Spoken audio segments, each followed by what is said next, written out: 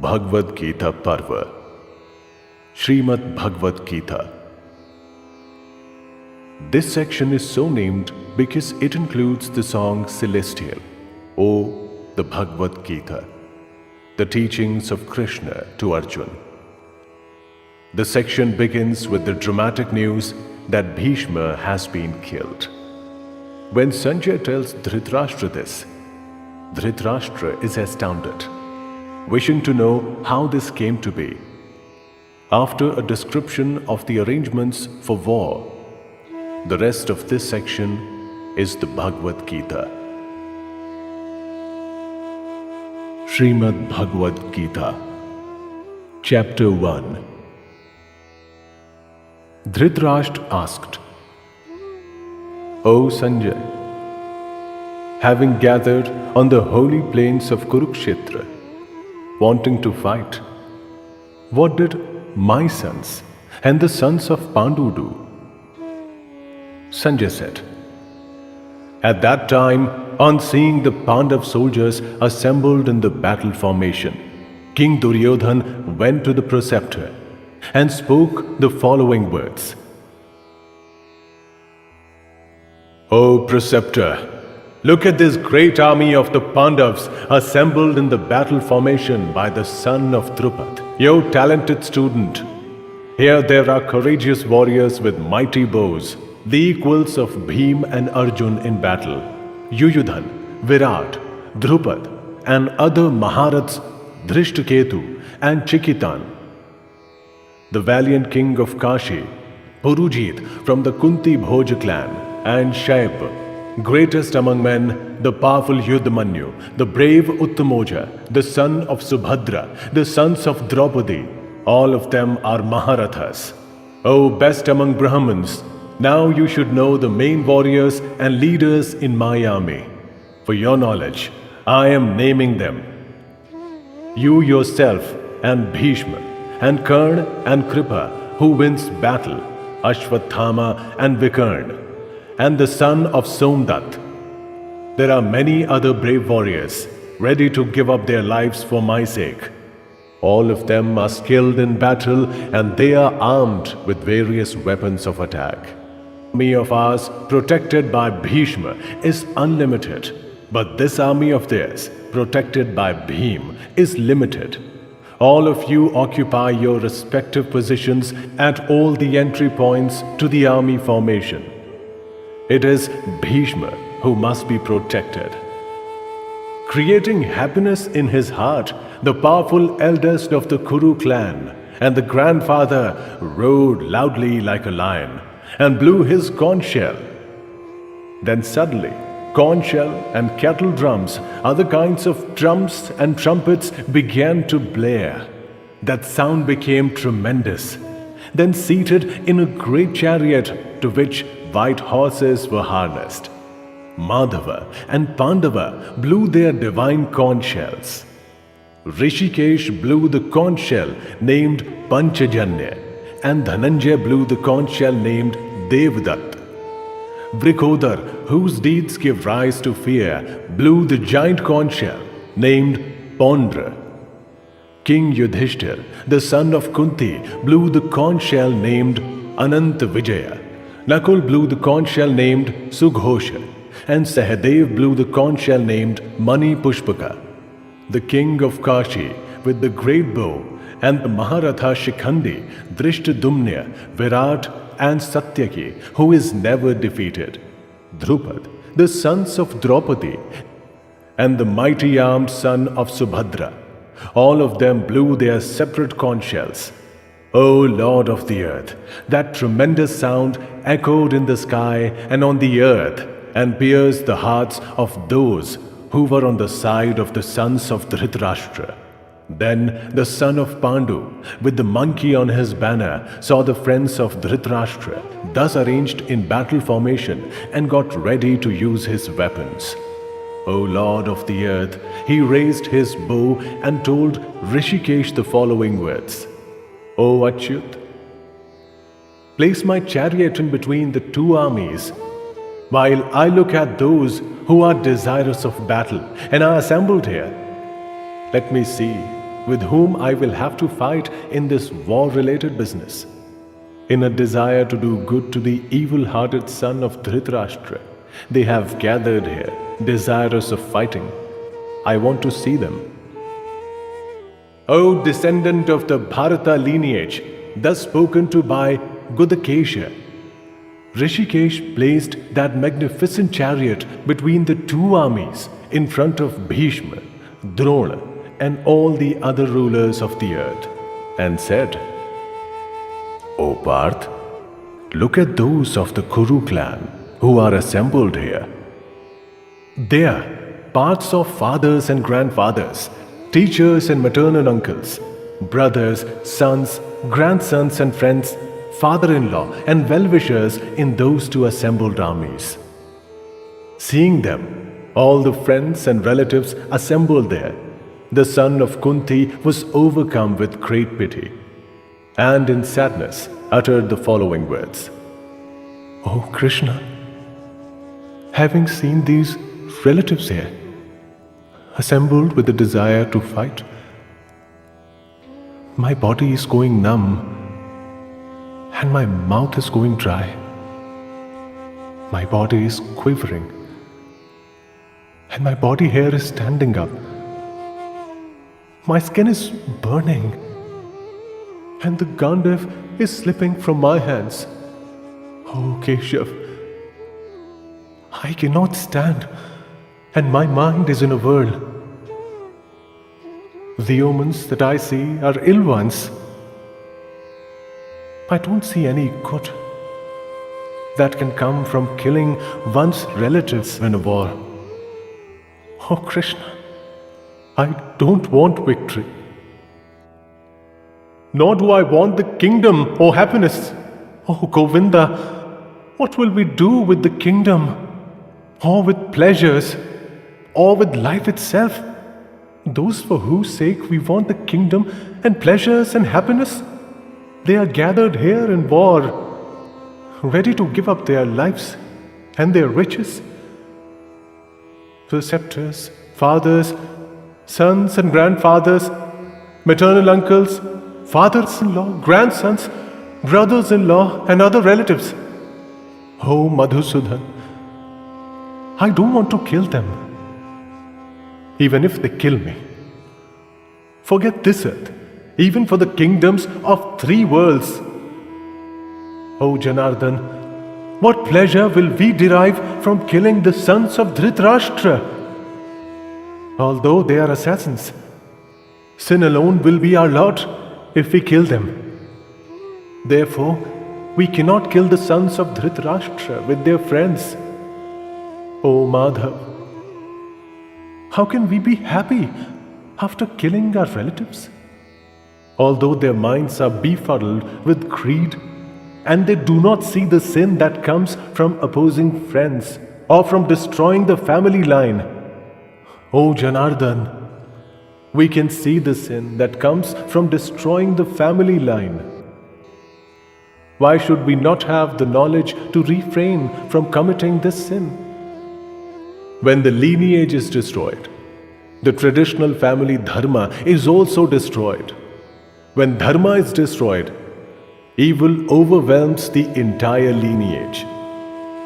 O Krishna, when evil arises, the women of the family become corrupted. O descendant of the Vrishnis, when the women are corrupted, hybrid castes are born.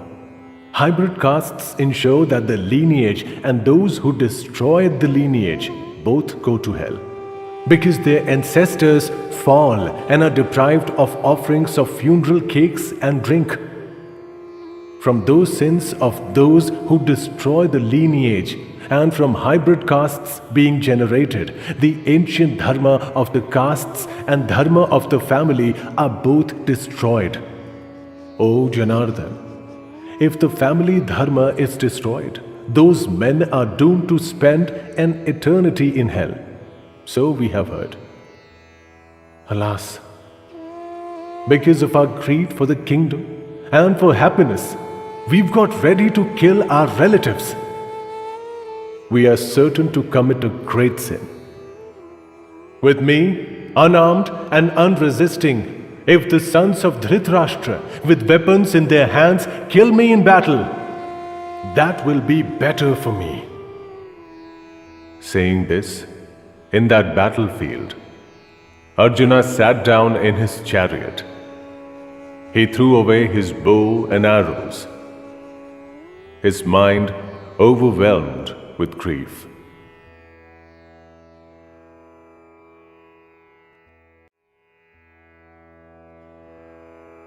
Sreemad Bhagwat Geeta, Chapter 2. Sanjay said, seeing him thus overcome with pity, his eyes filled with tears and struck thus with grief, Madhusudan spoke the following words. The Lord said, "O Arjun, from where, when we have this emergency, has this kind of weakness overcome you? This does not lead to heaven or fame, and characterizes those who are not Aryas. O Partha, give up this weakness. This is not deserving of you. O one who scorches the foes, give up this petty weakness of heart." Arjun said, "O Madhusudan, how will I use arrows to fight in this war against Bhishma and Drona? O slayer of enemies, they are deserving of worship. In this world, it is better to beg for alms than to kill one's respected preceptors. If I kill my elders, the wealth and other objects of desire that I enjoy will be drenched in their blood. I don't know which is better for us. They defeat us or we defeat them. The sons of Dhritarashtra are in front of me. Those are the people we don't want to kill in order to live. My normal nature has been overtaken by a sense of helplessness, confused about what is dharma.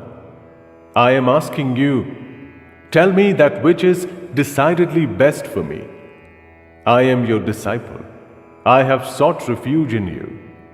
Instruct me. This grief is exploiting my senses, and I don't see what will remedy that, even if I win lordship over the gods or this earth without any enemies and prosperous." Sanjay said, having said this to Rishikesh, Gudakesh, the scorcher of foes, told Govinda, "I will not fight," and fell silent.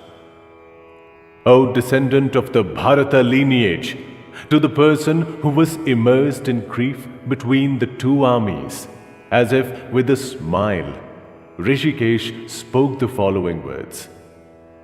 The Lord said, "You speak as if you are wise, but you are grieving over those that one should not sorrow over. The wise don't sorrow over those who are dead or those who are alive. It is not the case that I or you or these kings did not exist before this, nor it is the case that we won't exist in the future. All of us will be there. The soul passes through childhood, youth, and age in this body, and likewise attains another body. The wise don't get bewildered by this. O Kantya, because of contact between senses and objects, feelings of warmth and cold, pleasure and pain result. But these are temporary and are created and disappear. O descendant of the Bharata lineage, therefore tolerate these. O best among men, the wise person who is not affected by these, and who looks upon happiness and unhappiness equally, attains the right to immortality. That which is untrue doesn't have an existence. That which is true has no destruction. But those who know the truth realize the ends of both these. But know that which pervades all of this is never destroyed. No one can destroy that which is without change. It has been said that all these bodies inhabited by the soul are capable of destruction. But the soul is eternal, incapable of destruction and incapable of being established through proof. Therefore, O descendant of the Bharata lineage, fight. He who knows this as a slayer, and he who thinks of this as something that is slain, both of them do not know. This is not a slayer, nor can it be slain. This is never born, nor does it ever die. This does not come into existence because it has been born. This has no birth. It is eternal and without destruction. It has no end. When the body is killed, this is not killed. O Partha, he who knows this to be without destruction, eternal, without birth and incapable of change, how can that person cause anyone to be slain? Or how can he slay anyone? Like a person discards worn-out clothes and accepts others that are new, like that, the soul discards worn-out bodies and attains other that are new. Weapons cannot cut this. Fire cannot burn this. Nor can water wet this. And the wind cannot dry this. This cannot be cut. This cannot be burnt. This cannot be wetted. And this cannot be dried. This is eternal and is everywhere. This is stable and does not move. This has no beginning. It has been said that this has no manifestation, that this cannot be thought of, and that this has no transformation. Therefore, knowing this to be like that, you should not grieve. O mighty armed warrior, but if you think this to be subject to continual birth and continual death, even then you should not grieve for this, because death is inevitable for anyone who is born, and birth is inevitable for anyone who is dead. Therefore, because this is inevitable, you should not grieve. O descendant of the Bharata lineage, beings are not manifest in the beginning. They are manifest in the middle and are not manifest again after death. What is there to sorrow over? Some people see this as a wonder. Like that, some others speak of this as a wonder. And some others hear of this as a wonder. But having heard, they are unable to understand this. O descendant of the Bharata lineage, in everyone's body, the Atma is indestructible. Therefore, you should not mourn about any being. Also, considering your natural dharma, you should not waver, because there is nothing better for a Kshatriya than a war, fought for the sake of dharma. O Partha, this war has arrived on its own, like an open door to heaven. Happy are the Kshatriyas who obtain a war like this. But if you do not take part in this war, in the cause of dharma, then you will forsake your natural dharma and fame, and sin will occur to you. And all people will forever talk about your ill fame. For someone who is honored, dishonor is worse than death.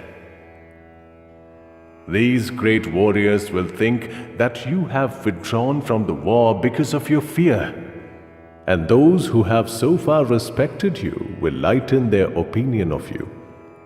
Your enemies will say many things that should not be said, and will criticize your prowess. Is anything more painful than that? If you are slain, you will attain heaven. If you win, you will enjoy the earth. O Kauntya, therefore, arise, deciding certainly to fight. Therefore, get ready to fight, looking upon happiness and unhappiness, gain and loss, and victory and defeat equally. And sin will not touch you.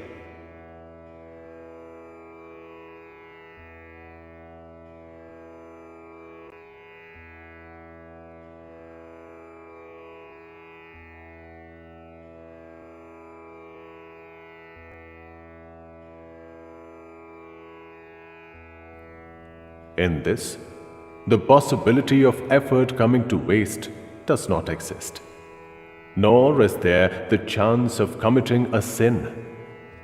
Even a little bit of this dharma protects from great fear. O descendant of the Kuru lineage, this certain knowledge is unwavering. But for those who cannot focus, their wisdom is many-branched and like the infinite. O Parth, those who are ignorant say these flowery words, praising the Vedas and claiming there is nothing else. They are addicted to desire. Think of heaven as the supreme objective and are enamored of the fruits of birth and action. They praise many rites and rituals that lead to pleasure and wealth. They are addicted to pleasure and wealth, and because of those words, their minds are deluded. They cannot focus on one object, the intellect that allows one to discriminate. The Vedas deal with the three gunas. O Arjun, rise above the three guns. Without doubt, always resort to sattva. Do not be bothered about that what is yet to be attained, or preserving what has already been attained. Realize the Atma. Whatever purpose is achieved by many small bodies of water is also achieved by one large body of water. Like that, whatever all the Vedas achieve is achieved by a person who knows the Brahman. You have the right to action alone. You never have the right to the fruit. Do not be motivated to act because of the fruit. But don't be motivated to not acting either. O Dhananjay, perform action by resorting to yoga. Give up attachment. Look upon success and failure equally. This equal attitude is known as yoga. O Dhananjay, action is far inferior to the yoga of wisdom. Seek refuge in this wisdom. Pitiable are those who crave after the fruit. He who has this wisdom discards good action and evil action in this life itself. Therefore, use yoga in what you do. Yoga is the skill of action. The learned who have this wisdom abandon the fruit of action and are freed from the fetters of birth. They certainly attain that place which is bereft of all blemishes. When your intellect transcends this maze of delusion, then you will attain indifference between that which has already been heard and that which is yet to be heard. Your mind is distracted at what you have heard. But when your intellect is unwavering and focused on samadhi, then you will attain yoga. Arjuna asked, O Keshav, what are the signs of a person who has attained samadhi and whose intellect doesn't waver? How does he speak? How does he sit? And how does he walk? The Lord said, O Parth, A person is said to be unwavering in intellect when he banishes all desires from his mind. He is content within his own Atma. He is not disturbed by unhappiness, and he is beyond desiring happiness. He has overcome attachment, fear, and anger, and he is known as a sage who is unwavering in his intellect. In everything, he has no emotion, regardless of whether something pleasant or something unpleasant has been attained. He is not pleased, nor is he dissatisfied, and in him wisdom is established. Like a tortoise withdraws its limbs, such a person withdraws his senses in every way from sensual objects. In him is wisdom established. Sensual objects are withdrawn from the body of a person who is starving himself, but not desire. In him, who has seen the Paramatma, even desire is restrained. O Kantya, even if a learned man takes care, the turbulent senses violently steal his mind. He who is devoted to me controls all those and focuses his mind on me. If a person can so control his senses, in him is wisdom established. If a man thinks about sensual objects, this gives birth to attachment about those. From attachment is created desire, and desire gives birth to anger. Anger gives birth to delusion, and delusion leads to confusion of memory. From confusion of memory comes loss of intellect, and loss of intellect results in destruction. But he who has controlled his mind is freed from attachment and hatred. Having used himself to control his senses, he uses these to enjoy objects and satisfy himself. When there is such serenity, in him is eliminated all unhappiness. Because in the mind of someone at peace, wisdom is quickly established. He who has no control has no intellect. He who has no control has no thought.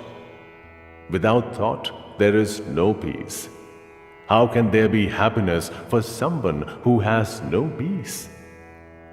The wind rocks a boat on the water. Like that, the mind follows a sense devoted to objects, and even a single sense robs him of wisdom. O mighty armed one, therefore, he whose senses have been withdrawn from objects in every way, in him has wisdom been steadily established. When it is night to ordinary beings, the controlled person is awake then. When ordinary beings are awake, the sage perceives that as night. Just as the waters enter an ocean and leave the full ocean undisturbed, like that all sensual objects enter that person but leave him at peace. Unlike those attached to desire, a man who gives up all desire and exists without longing, without ego, or without a sense of ownership, he attains peace. O Parth, this is the state of being established in the Brahman. If one attains this, one is not deluded. Even at the end, established in this state, one attains union with the Brahman.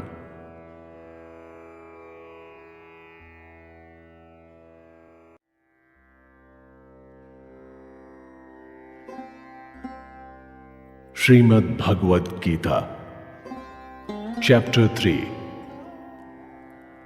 Arjun said,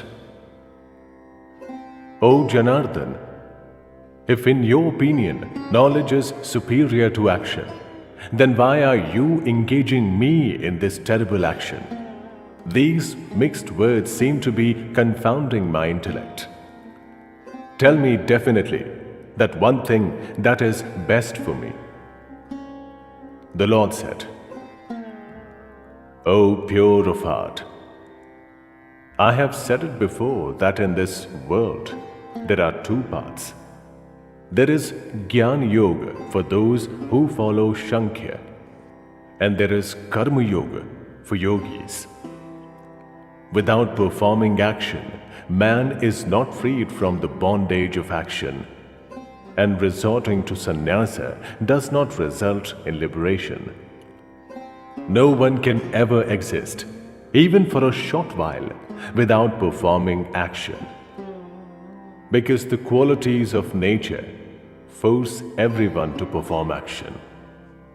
The ignorant person who exists by controlling his organs of action, while his mind remembers the senses, is said to be deluded and is a hypocrite.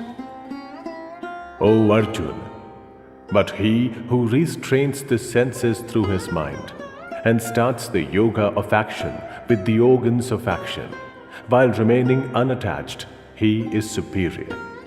Therefore, do the prescribed action, because action is superior to not performing action. And without action, even survival of the body is not possible.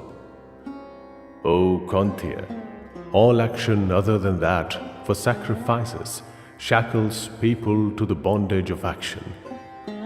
Therefore, do action for that purpose without attachment. Earlier, Prajapati created beings accompanied by a sacrifice and said with this, May you increase and may this grant you all objects you desire. Through this, cherish the gods and those gods will cherish you. By cherishing each other, you will obtain that which is most desired. Because cherished by the sacrifice, the gods will give you all desired objects.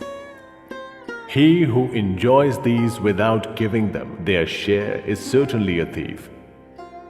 Righteous people who enjoy the leftovers of sacrifices are freed from all sins. But those sinners who cook only for themselves live on sin. Beings are created from food, and food is created from rain clouds. Rain clouds are created from sacrifices, and sacrifices are created from action. Know that action is created from the Vedas, and the Vedas are created from the Brahman. Therefore, the omnipresent Brahman is always present in sacrifices. In this way, the cycle goes on, and he who does not follow this is addicted to his senses and lives a sinner's life. O Parth, he lives in vain.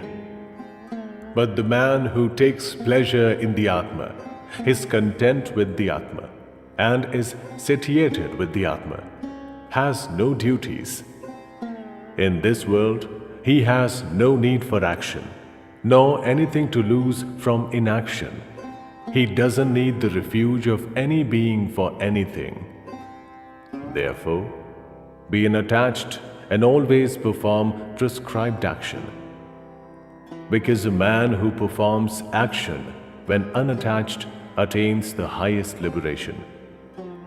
Janak and others attained liberation through action. One should perform action with an eye to preserving the worlds. Whatever a great man does, ordinary people also do that. Whatever he accepts as duty, others also follow that. O Parth, in the three worlds, I have no duties. There is nothing I haven't attained. There is nothing yet to be attained. Yet, I am engaged in action. O Parth, if I ever relax and stop performing action, then men will follow my path in every way. If I don't perform action, then all these worlds will be destroyed. I will be the Lord of hybrids and responsible for the destruction of these beings.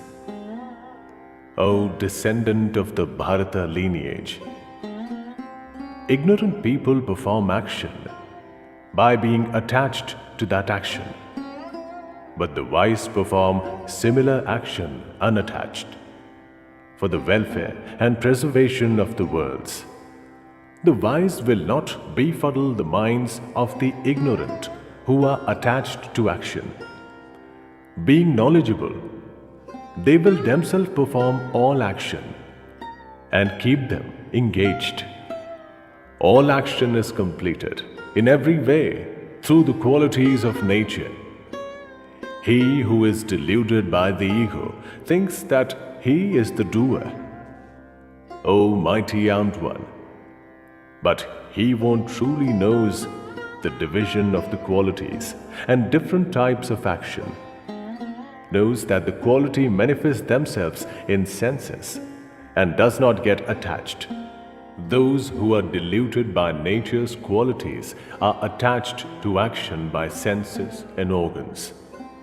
The omniscient should not disturb those ignorant and misguided people. Focusing your mind on the Supreme Being, vest all action in me. Be without desire, without ownership, and without fever and fight. People who faithfully and without finding fault always follow this view of mine, they too are freed from the bondage of action. But know that those who in an attempt to find fault don't follow this view of mine, they have no sense, and all their knowledge will be deluded and destroyed. Even a wise person acts according to his own nature. Nature drives all beings. Why should one use restraint? For each sense in its respective area, attachment and aversion are certain. But don't be overcome by those. They are obstacles. One's own dharma, even if followed imperfectly, is superior to someone else's dharma, even if followed perfectly. It is better to be slain while following one's own dharma. Someone else's dharma is tinged with fear. Arjun said, O descendant of the Vrishni lineage, by whom are these men compelled? Despite being unwilling, it is almost as if they are forced into evil action. The Lord said, This is desire. This is anger. These are born from the Raja's quality. These are insatiable and great sins. Here, know them to be enemies. Like smoke covers the fire, dust covers the mirror, like the womb covers the fetus. In that way, this is covered by that. O Kaunteya, this is the perennial enemy of the wise. Knowledge is covered by this desire that is insatiable like the fire. All senses, the mind and intellect are its seat. This uses these to veil knowledge and delude beings. O bull among the Bharata lineage, therefore, you should first control your senses. Destroy this. That is like sin, and is the destroyer of knowledge. It is said that senses are superior. The mind is superior to the senses.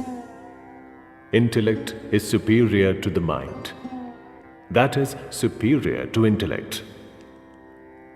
O mighty armed one, in this way, use intellect to realize that which is superior to the intellect.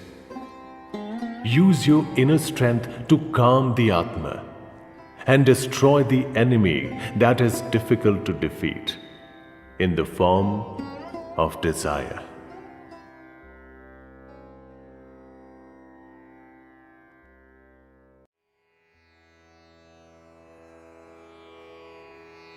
Sreemad Bhagwat Geeta, Chapter 4. The Lord said, I instructed this eternal yoga to Vaivasvat, and Vaivasvat told it to Manu. Manu told it to Ikshvaku. In this way, handed down by tradition, the royal sages knew this. O scorcher of foes, in this world, because of the long passage of time, this yoga has been destroyed. You are my follower and friend. Therefore, today, I will tell you that old yoga, because this is excellent and secret knowledge. Arjun said, your birth was later and Vaivasvat's birth was earlier. How will I understand that you instructed this earlier? The Lord said, O Arjun, many are the births that you and I have been through. I know them all. O scorcher of foes, you know not, I have no birth. I am indestructible. I am the Lord of all beings. But even then, though existing in my own nature, I come into existence through my own resolution. O descendant of the Bharata lineage, whenever dharma goes into a decline and adharma is on the ascendance, then I create myself to protect the righteous and to destroy the sinners, and to establish dharma. I manifest myself from yuga to yuga. O Arjun, he who thus knows the nature of my divine birth and action, he is not born again when he dies, but attains me. Many purified through the meditation of knowledge have immersed themselves in me and sought refuge in me, discarding attachment, fear, and anger. O Parth, whoever worships me, in whatever way, I entertain them in that way. Everywhere, men follow along my path. In this world, people who desire success in their action worship gods. Because in the world of men, success through action occurs quickly. In accordance with gunas and action, the four varnas were created by me. But despite being the creator of these, know me to be constant and not the agent. Actions do not touch me, nor do I desire the fruits of action. He who knows me in this fashion is not tied down by action. Knowing this, those who sought liberation in the past performed action. Therefore, you perform action alone, the path followed by predecessors in earlier times. Even the wise are confused about what is action and what is inaction. Therefore, I will tell you what action is. Knowing this, you will be freed from evil. Action itself has to be understood, and prohibited action must also be understood. Inaction must also be understood, because the path of action is difficult to comprehend. He who perceives inaction in action and perceives action in inaction, he is wise among men, has yoga and has the right to all action. He whose efforts are always devoid of desire for fruit and ego. He whose actions have been burnt by the fire of knowledge. The learned call him wise. He who has given up attachment to action, and its fruit is always content and without refuge. Even when he is immersed in action, he does nothing. Without attachment, controlled in mind and senses, having discarded all ownership, and performing action only through the body, he does not attain the bondage of sin. Satisfied with the unsought gains beyond opposites, bereft of envy and regarding success and failure equally, even if he performs action, he is not bound down. Beyond attachment, free and with the mind established in knowledge, when he performs action for a yajna alone, everything is destroyed. The receptacles used for offerings are the Brahmans. The oblations are the Brahman. In the fire, that is the Brahman. The offerer, who is the Brahman, performs the sacrifice. He who sees thus and is immersed in the Brahman in all action attains the Brahman alone as a destination. Other yogis perform divine yajnas. Others use the yajna as an offering to the fire, that is the Brahman. Others offer senses, like hearing, as offerings to the fire, that is self-control. Others offer sounds and other objects to the fire, that is the senses. Others offer all action of the senses, an action of the breath of life, as offerings to the fire of self-control, lit up through knowledge. Some use the yajna of offering gifts. Others use the yajna of penance. Some use the yajna of yoga, and still others, firm in their resolve and careful, use the yajna of knowledge. Others offer the prana breath in the apana breath, and the apana breath in the prana breath. Others restrain the flow of prana and apana breath and practice pranayama. Others control their food and offer the senses to the breath of life. All these, learned in the yajnas, become sinless through yajnas. The leftovers of sacrifices are like amrit, and those who partake of these attain the eternal Brahman. O best of the Kuru lineage, those who don't perform yajnas have no existence in this world. Forget other worlds. Many yajnas of this type are prescribed in the Brahman's mouth. Know them all to be the outcome of action. Knowing this, you will attain liberation. O scorcher of foes, a yajna performed with knowledge is superior to a yajna full of objects. O Parth, all actions and their fruit end in knowledge. Attain that knowledge by prostrating, questioning, and serving. The wise, those who are versed with the truth, will instruct you in wisdom. O Pandav, knowing that, you will never fall prey to this kind of delusion again.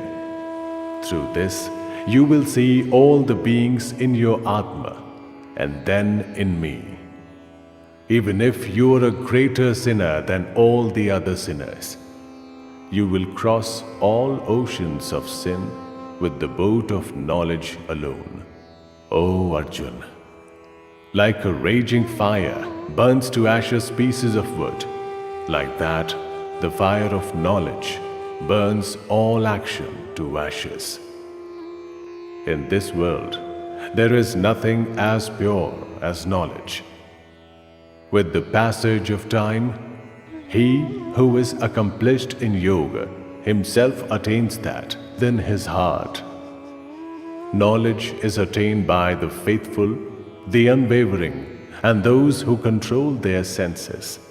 Having attained knowledge, they quickly achieve supreme peace.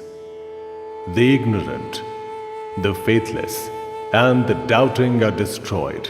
For the doubting person, this world, other worlds, and happiness don't exist.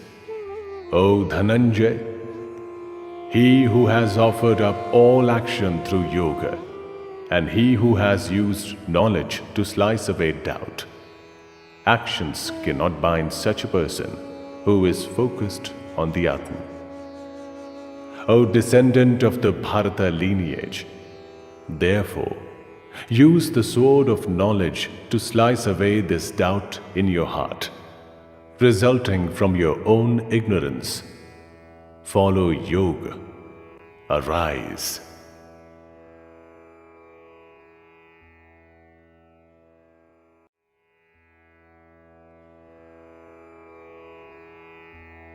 Sreemad Bhagwat Geeta, Chapter 5. Arjun said, O Krishna, you are asking me to give up all action, and you are also asking me to practice yoga. Between these two, tell me decidedly which one is better. The Lord said, renunciation and action both lead to liberation. But of these two, Karma Yoga is superior to renunciation of action. O mighty armed one, he who does not desire and he who does not hate, know him to be a perpetual sannyasi. Freed from opposites, he is happily freed from bondage. The ignorant, not the wise, speak of renunciation and action as distinct. If one of these followed properly, the fruits of both result. Whatever place is attained by the followers of knowledge is also attained by those who practice action. He truly sees, who sees renunciation and action as identical. O mighty armed one, without action, renunciation is only the cause of unhappiness. The sage who uses yoga attains the Brahman quickly. He who practices yoga, he who is pure of heart, he who has controlled his body, he who has controlled his senses, he who sees his own Atma in the Atma of all beings, he is not tied down, even if he performs action. The wise who follow yoga know that they are not doing anything, even when they see, hear, touch, smell, eat, go, dream, and breathe, speak, discard, accept, open, and close. They think of the senses circulating among the senses. He who establishes himself in the Brahman and giving up attachment, performs action, is not touched by sin, like water on the leaf of a lotus. To purify their hearts, yogis give up attachments and perform action only with their bodies, minds, intellect, and senses attached to yoga and discarding attachment to fruits of action. They attain perpetual peace.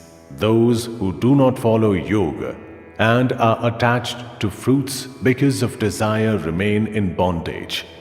Discarding all action through his mind, the person who controls his body, the city with the 9 gates, remains in happiness. He doesn't do anything himself, nor does he cause anyone to do anything. The Atma doesn't create ownership in the body nor action, nor does it create a relation with the fruits of action. Nature acts. The omnipresent Lord doesn't accept the sins or the good deeds of anybody. Knowledge is shrouded in ignorance. That is why beings are deluded. But in those in whom that ignorance has been destroyed by the knowledge of the Atma, in them that knowledge expresses the great truth, like the sun. Those whose intellect is focused on that, egos are focused on that, devotion is focused on that, and adherence is focused on that. Those in whom sins have been destroyed through knowledge, those beings are not reborn. The wise look equally upon a Brahman who is learned and humble, a cow, an elephant, a dog, and an outcast. Those whose minds are established in equality overcome the earth in this world, because the Brahman is equal and without fault. Therefore, they remain established in the Brahman. Established in the Brahman, such a person, learned in the Brahman, is poised in intellect and without delusion, not delighted at receiving something pleasant, or agitated at receiving something unpleasant, unattached to external objects. His mind focused on the Brahman, he obtains the happiness that rests in the Atma. He enjoys eternal bliss. Pleasures from touch have a beginning and an end, and are the reason for unhappiness. O Kaunteya, the wise person does not obtain pleasure from these. In this, before giving up the body, he who can tolerate the forces of desire and anger is a yogi, and such a man is happy. He whose happiness is inside, he whose pleasure is inside, and he whose light is inside, that yogi alone has realized the Brahman and obtains liberation in the Brahman. Those who are without sin, without doubt, controlled in mind and engaged in the welfare of all beings, such rishis attain liberation in the Brahman, freed from desire and anger, controlled in mind and knowing the Atma. Such sages attain liberation in the Brahman all around them, banishing external objects of touch from the mind, focusing the eyes between the two eyebrows, controlling the prana and apana breath equally within the nose, poised in the senses, mind and intellect, beyond desire, fear and anger, wishing liberation. Such a sage is always free. Knowing me to be the enjoyer of all yajnas and penance, the Lord of all the worlds and the well-wisher of all beings, attains peace.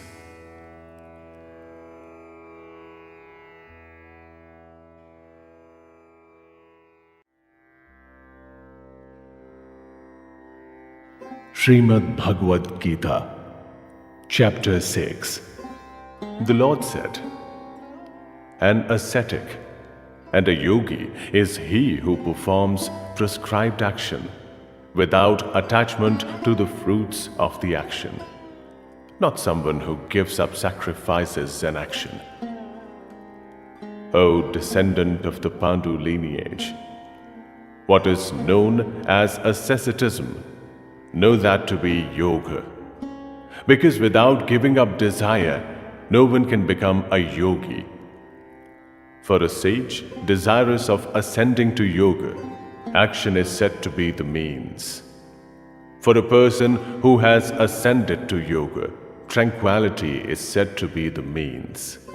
When a person who gives up desire loses addiction to sensual outcomes and is also not attached to action, then he is said to have ascended to yoga. Use the Atma to raise the Atma. Do not lower the Atma. The Atma is the Atma's friend, and the Atma is the Atma's enemy. The Atma which has been used to conquer the Atma, is the Atma's friend. For someone who has failed to control the Atma harms like an enemy. For someone who has controlled the Atma and is tranquil, the Paramatma is undisturbed with cold, warmth, happiness, unhappiness, and respect and disrespect. He whose Atma is satiated with knowledge, who is undisturbed and has conquered his senses. And he who looks upon a lump of earth, stone, and gold equally is said to be yogi, who has achieved union. Equal in treatment towards well-wisher, colleague, enemy, neutral, arbiter, a hateful person, friend, and a righteous person or a sinner, he is superior. Seated in a secluded place, alone, controlled in mind and body, without desire, without receiving and giving, a yogi should always try to pacify his Atma. In a pure place that is not too high, not too low, he will place his seat, cloth, and hide on kushagras, there, focusing the intellect, controlling the action of the mind and the senses. Seated on that seat, he will practice yoga to purify the Atma. Still, body, head, and neck erect and unmoving, gazing at the tip of one's nose and not looking in any other direction. Tranquil in the Atma, without fear, established in the right of brahmacharya, controlling the mind and uniting the intellect with me. Immerse yourself in me. In this way, the yogi will always pacify the Atma and be unwavering in his mind and established in me, will attain supreme and peaceful liberation.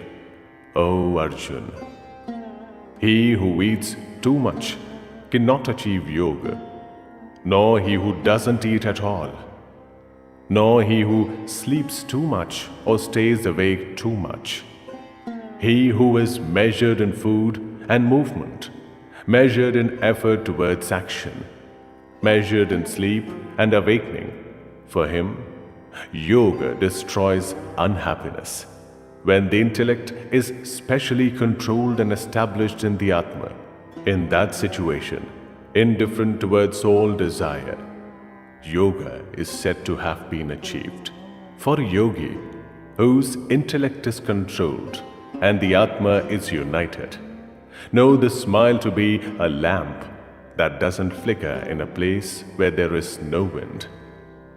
When the mind is controlled and rendered inactive through the practice of yoga, when the Atma sees the Atma in the Atma and is satiated, when he feels the extreme bliss that is beyond the senses and realized through the intellect, undisturbed from truth, obtaining that, not thinking other gains to be superior to this, established in that, not disturbed even by great unhappiness. Know this, without any contact with unhappiness, to be yoga.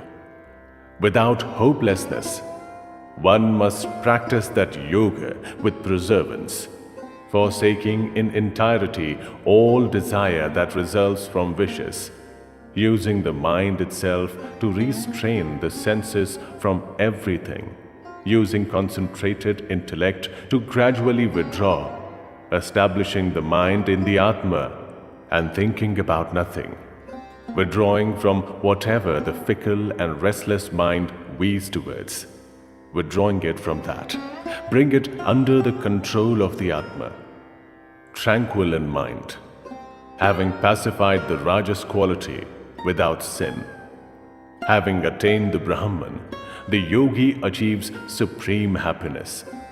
Like that, always concentrating on the Atma, The pure yogi easily obtains intense bliss from proximity to the Brahman. The person immersed in yoga looks on everything equally and sees the Atma in all beings, and all beings in the Atma. He sees me everywhere and everything in me. I am never invisible to him, nor is he invisible to me. He is based in equality and worships me.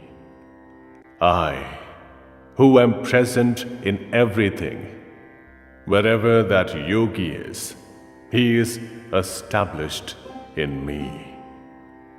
O Arjun, he who compares with his own self and regards happiness and unhappiness in everything equally, that yogi is supreme according to me.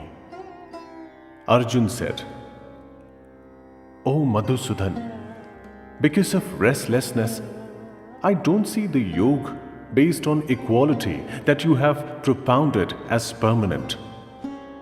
O Krishna, the mind is restless and the senses strong and firm. Therefore, I think restraining it is as difficult as the wind. The Lord said, O mighty armed one, there is no doubt that the mind is restless and difficult to control. But O Kuntya, through practice and detachment, it can be restrained. My view is that yoga is difficult for someone whose mind is uncontrolled. But it is possible to achieve for someone whose mind is controlled and who makes special effort. Arjun said, O Krishna, a person who has faithfully practiced yoga but later becomes careless and his mind deviates from yoga cannot achieve liberation through yoga. What happens to him? O mighty armed one, distracted from the path of attaining the Brahman, such a wavering person is dislodged from both. Like a torn cloud, doesn't he perish? O Krishna, I have this doubt that only you can completely eliminate, because there is no one other than you who can remove this doubt. The Lord said, O Parth, in this world, nor in the other world, is there any destruction. Because, O son, a person who acts well never comes to grief. He who has deviated from the path of yoga attains the worlds of the righteous and dwells there for many years. Thereafter, he is born in a righteous and wealthy household, or he is born in the family of wise yogis. But such birth is very rare in this world. O descendant of the Kuru lineage, in that birth, obtains that intelligence about liberation from an earlier birth, and thereafter strives again for liberation. Because of that earlier practice, is almost involuntarily attracted. A person who seeks yoga transcends the Vedas, striving harder than on that earlier occasion. Pure in heart, the yogi obtains liberation after many lives and later achieves the supreme objective. The yogi is superior to those who practice austerities, superior to a learned, superior to those who perform action. That is my view. O Arjun, therefore become a yogi. My view is that he who is devoted and worships me, with his self immersed in me, is the most accomplished among all yogis.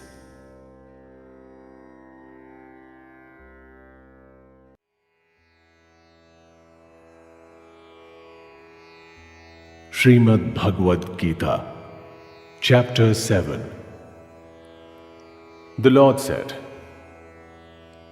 O Parth, listen to how you will know without any doubt the complete truth about me. Mind attached to me, seeking refuge in me, and immersed in yoga.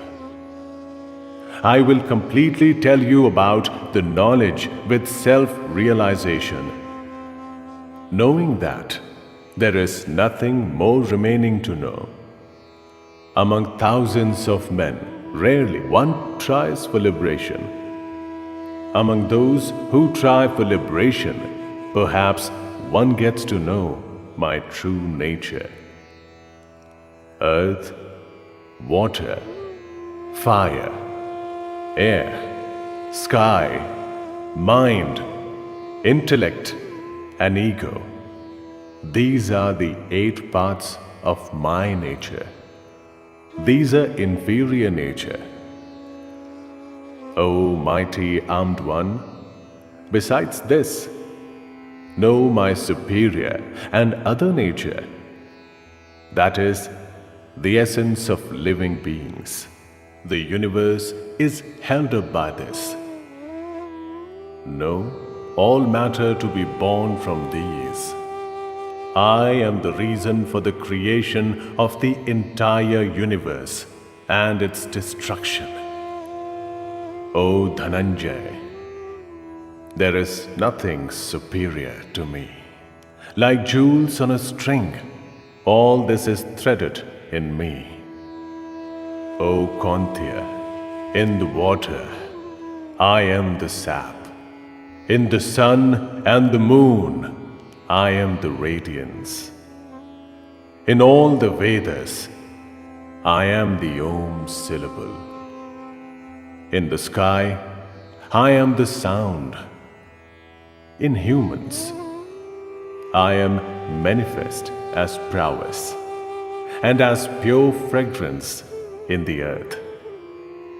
I become energy in the fire, life in all living beings. I become austerity in ascetics. O Parth, know me to be the eternal seed of all beings.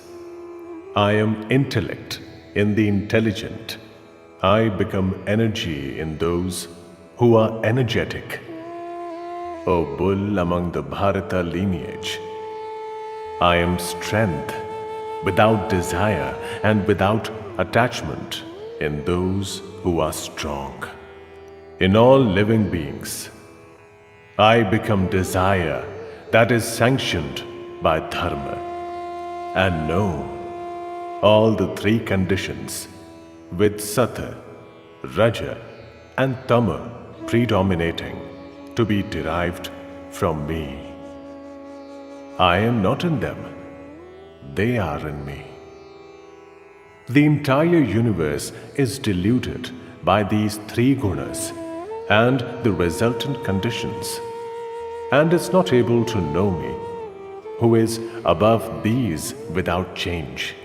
It is indeed difficult to overcome this divine aspect of mine, immersed in gunas.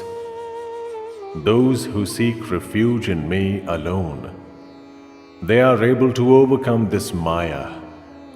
The evildoers, ignorant and worst among men, lose their knowledge because of Maya and resort to demonic states. They do not worship me. O bull among the Bharata lineage, O Arjun, there are 4 types of people, pure of heart, who worship me. Those who are suffering, those who want satisfaction, those who want self-knowledge, and those who know. Of these, those who know always united and worshipping only one are the best. I am extremely beloved by one who knows, and he is only my beloved. All these are righteous. But the man who knows is like my Atma. That is my view. Therefore, the united man who knows seeks refuge in me, the supreme of objectives. After many births are over, he attains the knowledge that Vasudeva is everything and attains me. Such great souls are extremely rare. Those whose knowledge has been dropped by those desires, according to their own nature, follow prescribed rites to worship other gods. Whatever form a devotee wishes to worship faithfully, in whatever way, in that and that, I make the faith firm and unwavering. With that faith, whatever form is worshipped, and whatever fruits are obtained as a result, are actually bestowed by me alone. The fruits of those who have little intellect come to an end. Worshippers of gods attain the gods. My devotees attain me. Those who are ignorant don't realize my supreme and unchanging nature and think of me, the one who is unmanifest as manifest, shrouded in my powers of yoga and maya. I am not evident to everyone. I am not born and am without change, but the ignorant world doesn't know me. O Arjun, I know all beings in the past, the present, and the future, but no one knows me. O descendant of the Bharata lineage, O scorcher of foes, all beings are deluded at birth from opposite sensations, resulting from desire and aversion. But those whose sins have been overcome, and those who are virtuous in action, they are freed from the delusion of opposite sensation and worship me, firm in their vows. Those who want to know about the Brahman, about the individual Atma, and about action in its entirety. Those who know me as the one who underlies all beings, all gods, and all yajnas, right till the time of death. Their mind is fixed on me, and they know me.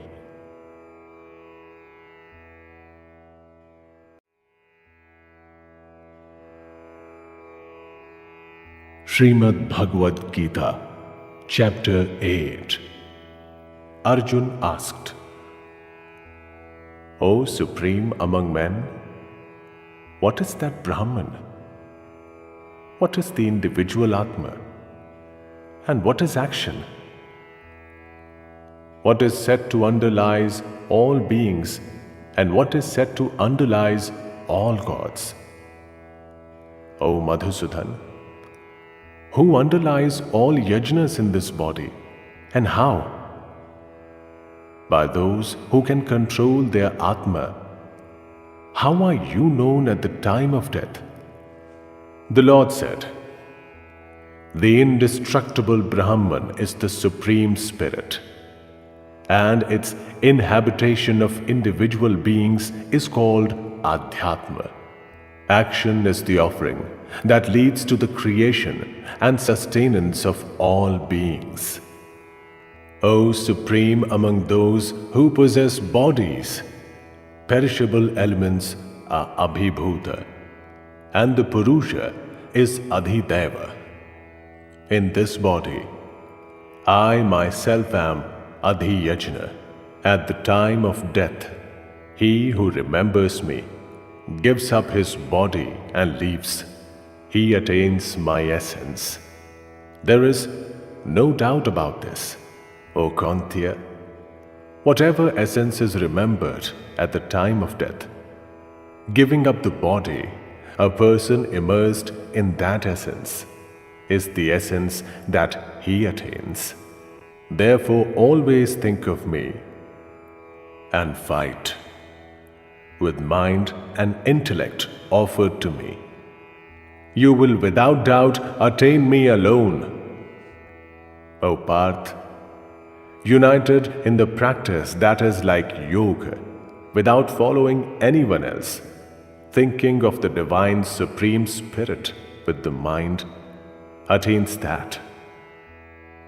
He who thinks of the omniscient, without beginning, the control of everything, finer than the minutest, and the upholder of everything, with a form that is beyond thought, self-resplendent like the sun and beyond darkness, at the time of death, with devotion, with the mind fixed, with the strength of yoga, used to hold the breath of life between the brows, he attains the resplendent Supreme Spirit.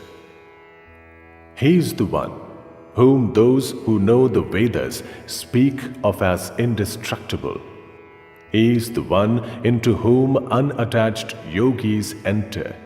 He is the one to attain when brahmacharya is practiced. I will briefly tell you about reaching that goal of supreme liberation, using all the senses and organs to control the mind and restrain it in the heart, bearing the breath of life between the brows, establishing one's Atma in yoga, uttering the single syllable Om, that is the Brahman, and remembering me. He who gives up his body and leaves, he attains the goal of supreme liberation.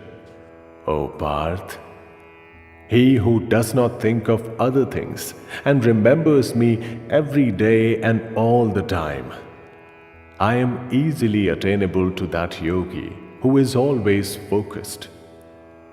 Great souls who attain me because they have achieved supreme liberation are freed from rebirth, which is transient, and the abode of sorrow. O Arjun, from all the worlds up to Brahmalok, beings have to return. But O Kauntya, there is no rebirth for those who have attained me. Those who know that 1,000 yugas are Brahma's day, and 1,000 yugas are Brahma's night, know the truth about day and night. When Brahma's day arrives, every manifest object is created from the unmanifest. When Brahma's night arrives, like that, everything dissolves into the unmanifest. These are the beings who are born again and destroyed when night arrives. O Parth, when day arrives, they are involuntarily created again. But superior to that unmanifest is the other supreme and eternal unmanifest being that is not destroyed when all beings are destroyed. What is spoken of as the unmanifest and undestructible? What is said to be the supreme liberation, attaining which beings do not have to return? That is my supreme abode. O Parth, all beings are established in that, and by that is everything pervaded. That supreme Purusha can only be attained through unwavering devotion. O bull among the Bharata lineage, I will now tell you about the road, which, if traversed, doesn't lead to yogis being reborn, and about the road, which, if traversed, leads to rebirth. The resplendence of the fire, the day, the bright half of the lunar month, the 6 months when the sun heads north. Along that path, those who worship the Brahman attain the Brahman. Smoke, night, the dark half of the lunar month, and the 6 months when the sun heads south. Along that path, the yogi attains the energy of the moon and returns again. In this world, these two paths of light and darkness are said to be eternal. One leads to non-return and the other leads to return. O Parth, knowing these two paths, a yogi is never deluded. O Arjun, therefore, at all times resort to yoga, knowing the prescribed good fruit that occurs from knowledge of the Vedas, yajnas, practice of austerities, and donation of alms. The yogi transcends all these and attains the supreme and original abode.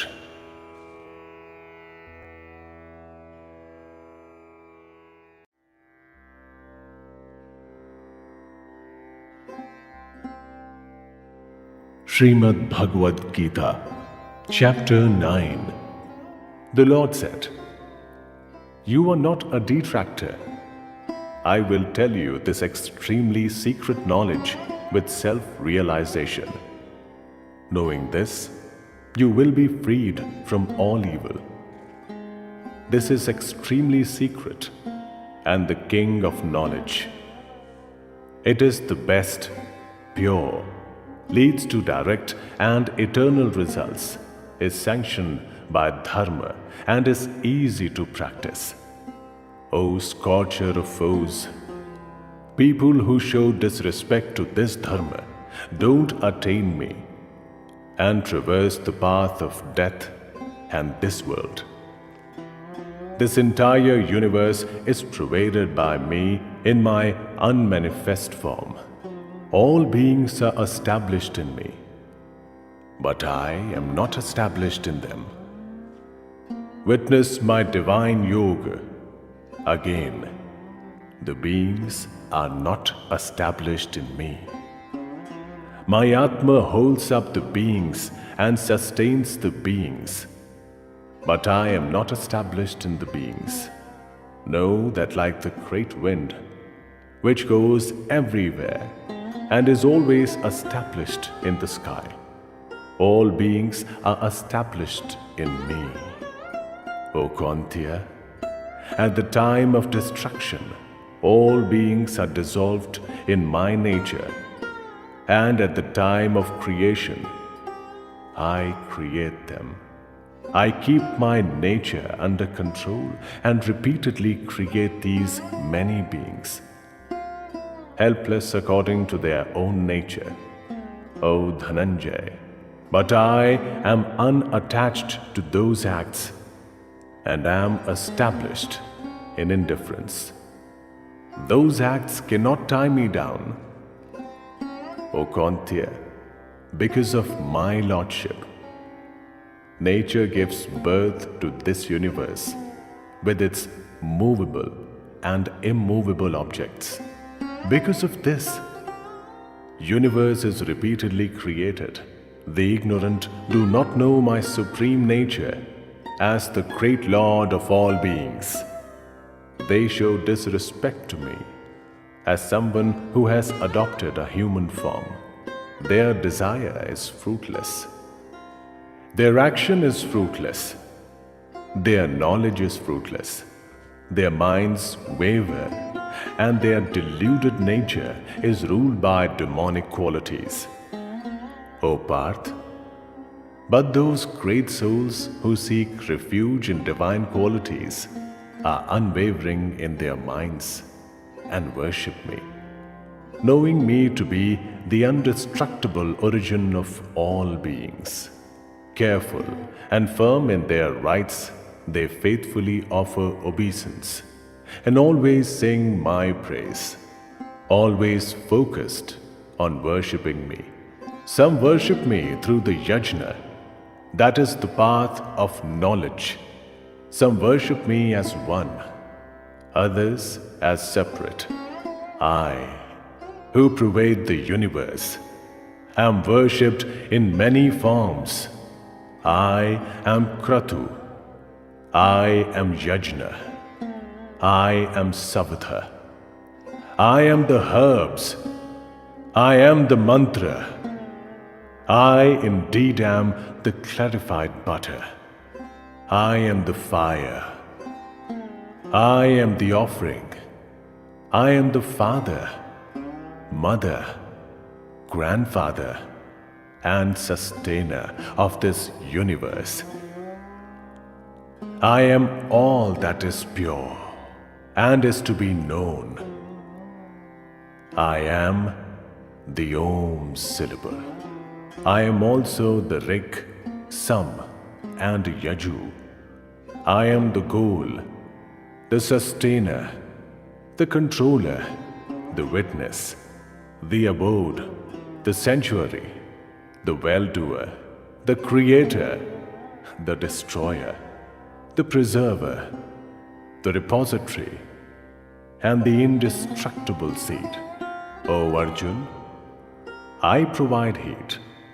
I attract the water and rain it down again. I am immortality and death. I am the eternal and the transient. Those who know the three arts worship me through yajnas, drink somras, and purified of sins, wish to attain heaven. They attain sanctified heaven, and in heaven enjoy the celestial objects enjoyed by the gods. Having enjoyed the greatness of heaven, when their good deeds are exhausted, they enter the mortal earth.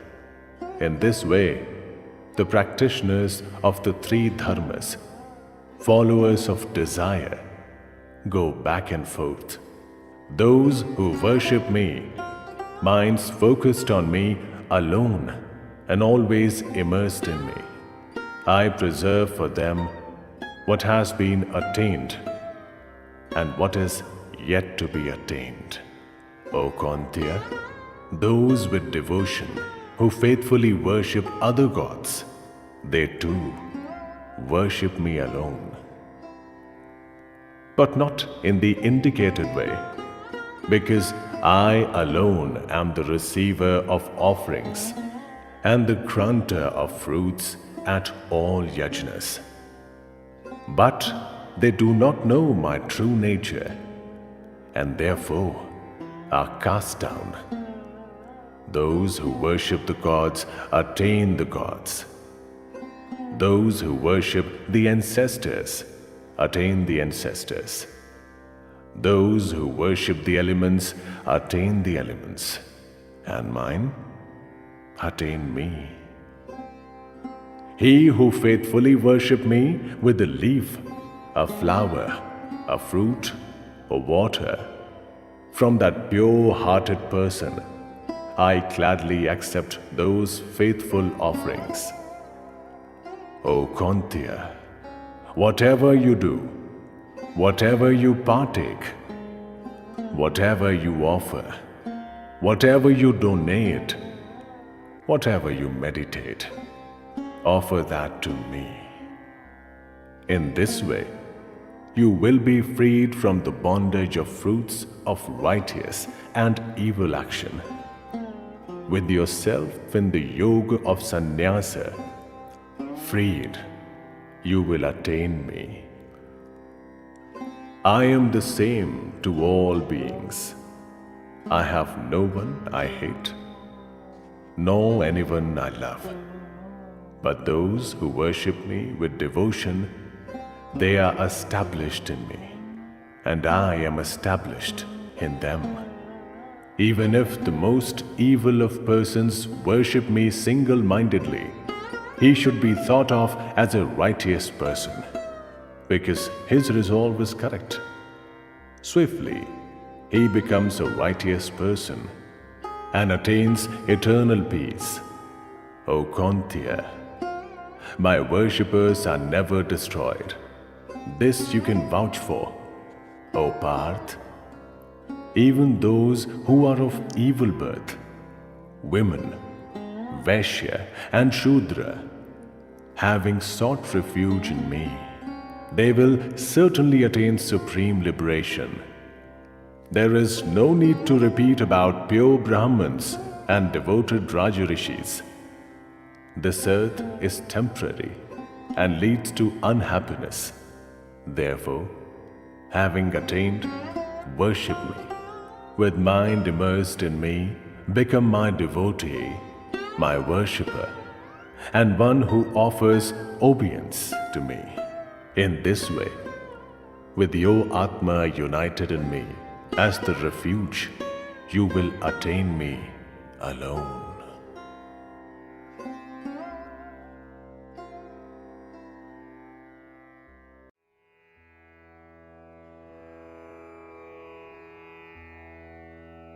Sreemad Bhagwat Geeta, Chapter 10.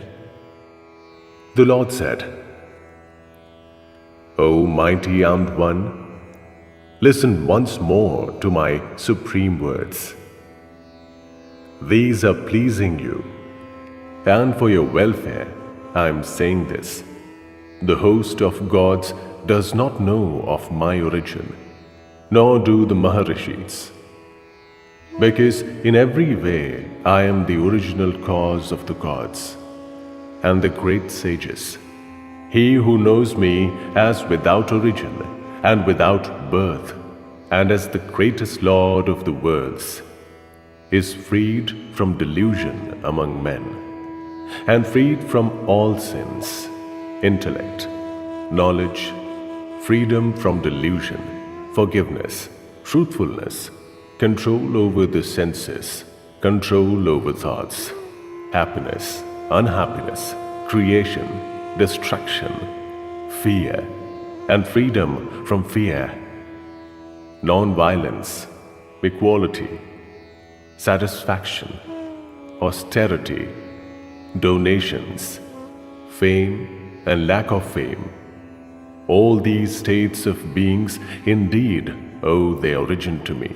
The seven great sages, the four who came before them, and the Manus owe their origin to me and were created from my resolution. In this world, everything is descended from them. There is no doubt that he who truly knows my divine yoga is united with unwavering yoga. I am the origin of everything. From me is everything instituted. Knowing this, the wise, immersed in devotion, worship me, minds on me, lives in me, explaining my nature to each other and always conversing. They attain satisfaction and happiness. I provide that kind of yoga of intellect to those who are always immersed in me and lovingly worship me. Using that, they attain me with compassion towards them. I always established inside them as the bright lamp of knowledge, destroying the darkness born out of ignorance.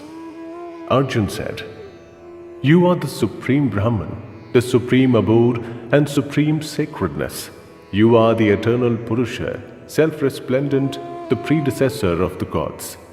Without birth and omnipresent, all the sages and Devrishi Narad and Asid Deval and Vyas describe you thus. You have yourself has told me this. O Keshava, I accept all that you are telling me as true, because, O Lord, even the gods and the demons do not know your manifestations. O Supreme Being, O Creator of beings, O Lord of beings, O Lord of the gods, O Lord of the universe, you alone know your own self through your own self.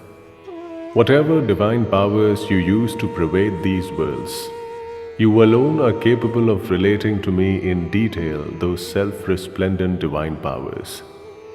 O Yogi, how can I always think of you and know you? O lustrous one, in what object can you be thought of by me? O Janardhan, tell me once again in detail about the power of your yoga, because hearing your immortal words, I am not satisfied. The Lord said, O foremost among the Kuru lineage, all right, I will tell you about my main divine manifestations, because there is no end to the detail of my powers. O Gudakesha, I am the Atma established in the heart of all beings. It is I who am the origin, the middle, and also the end of all beings. I am Vishnu among the Adityas. I am the radiant sun among the shining bodies. I am Marich among the Marut. I am the moon among the stars. I am the Samveda among the Vedas.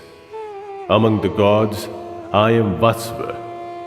I am the mind among the senses. And in beings, I am the consciousness. I am Shankar among the Rudra. I am Kuber among the Yakshas and the Rakshas. I am fire among the Vasus. Among the mountains, I am Meru. O Parth, know me to be Brihaspati, foremost among the priests. Among generals, I am Skanda. Among water bodies, I am the ocean. Among great sages, I am Bhrigu. Among words, I am the single syllable. Among yajnas, I am Chap Yajna. Among immovable objects, I am the Himalayas. Among all trees, I am the fig tree. And among divine sages, I am Narad. Among Gandharvas, I am Chitrarath. And among those who have attained liberation, I am the sage Kapil. Among horses, know me to be Uchchaishrava, arising from the immortal nectar. Among great elephants, Airavat, and among men, the king. Among weapons, I am Vajra. Among cows, I become Kamadhenu. I become Kandarpa for procreation. And among snakes, I am Vasuki. Among serpents, I am Ananta. Among those who inhabit the water, I am Varuna. Among the ancestors, I am Aryam. Among those who control, I am Yam. Among demons, I am Prahlad. Among those who devour, I am Time. And I am the lion among animals. Among birds, I am the son of Vinatha. Among those that purify, I am the wind. Among those who bear weapons, I am Ram. Among fish, I am the shark. And among rivers, I am Jahnavi, O Arjun. I alone am the beginning, the end, and the middle of all created objects. Among all forms of knowledge, I am knowledge of the self. Among debaters, Veda. Among letters, I am the letter A. Among different forms of samas, I am Dvanda. Indeed, I am indestructible time. My face is in every direction. I am the controller of destiny. I am death that robs everything, and I am the origin of the future. Among women, I am fame, prosperity, speech, memory, intellect, fortitude, and forgiveness. In the Samved, I am Brihatsam.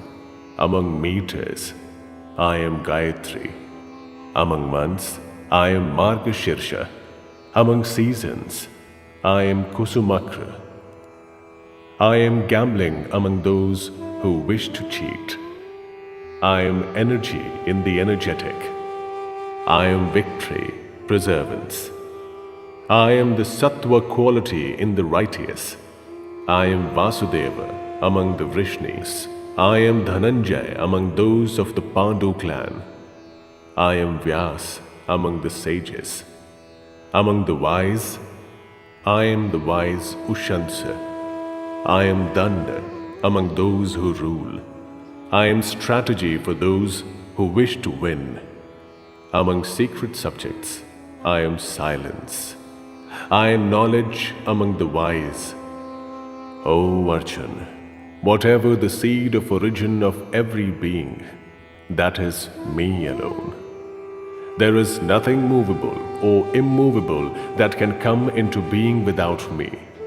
O scorcher of foes, there is no end to my divine glory. Whatever I have started of this expanse of glory is only a brief indication. Know that whatever object is glorious, prosperous, or indeed extremely powerful, that has originated from a part of my energy. O Arjun, but what is the need to know all these details? I am established, holding up this entire universe with only a part of me.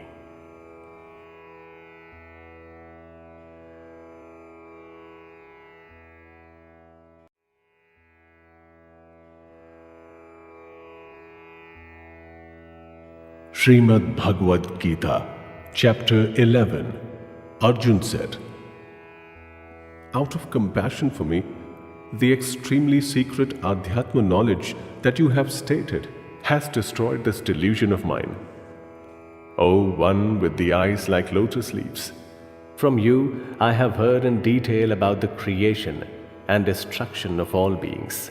and also your eternal greatness. O Supreme Lord, what you have said about yourself is indeed like that. O Supreme Being, I wish to see your divine form. O Lord, if you think that I am worthy of seeing that, then, O Lord of Yoga, show me your indestructible self." The Lord said, "O Parth, behold my divine multi-dimensioned, multi-hued, multi-shaped, hundreds and thousands of forms. O descendant of the Bharata lineage, see the Adityas, the Vasus, the Rudras, the Ashwinis and the Maruts. See the many wonderful things you have never seen before. O Godakesh, in my body, in one place, see the entire universe, with all that is movable and immovable. Also see today whatever else you want to see. You will not be able to see me with your own eyes.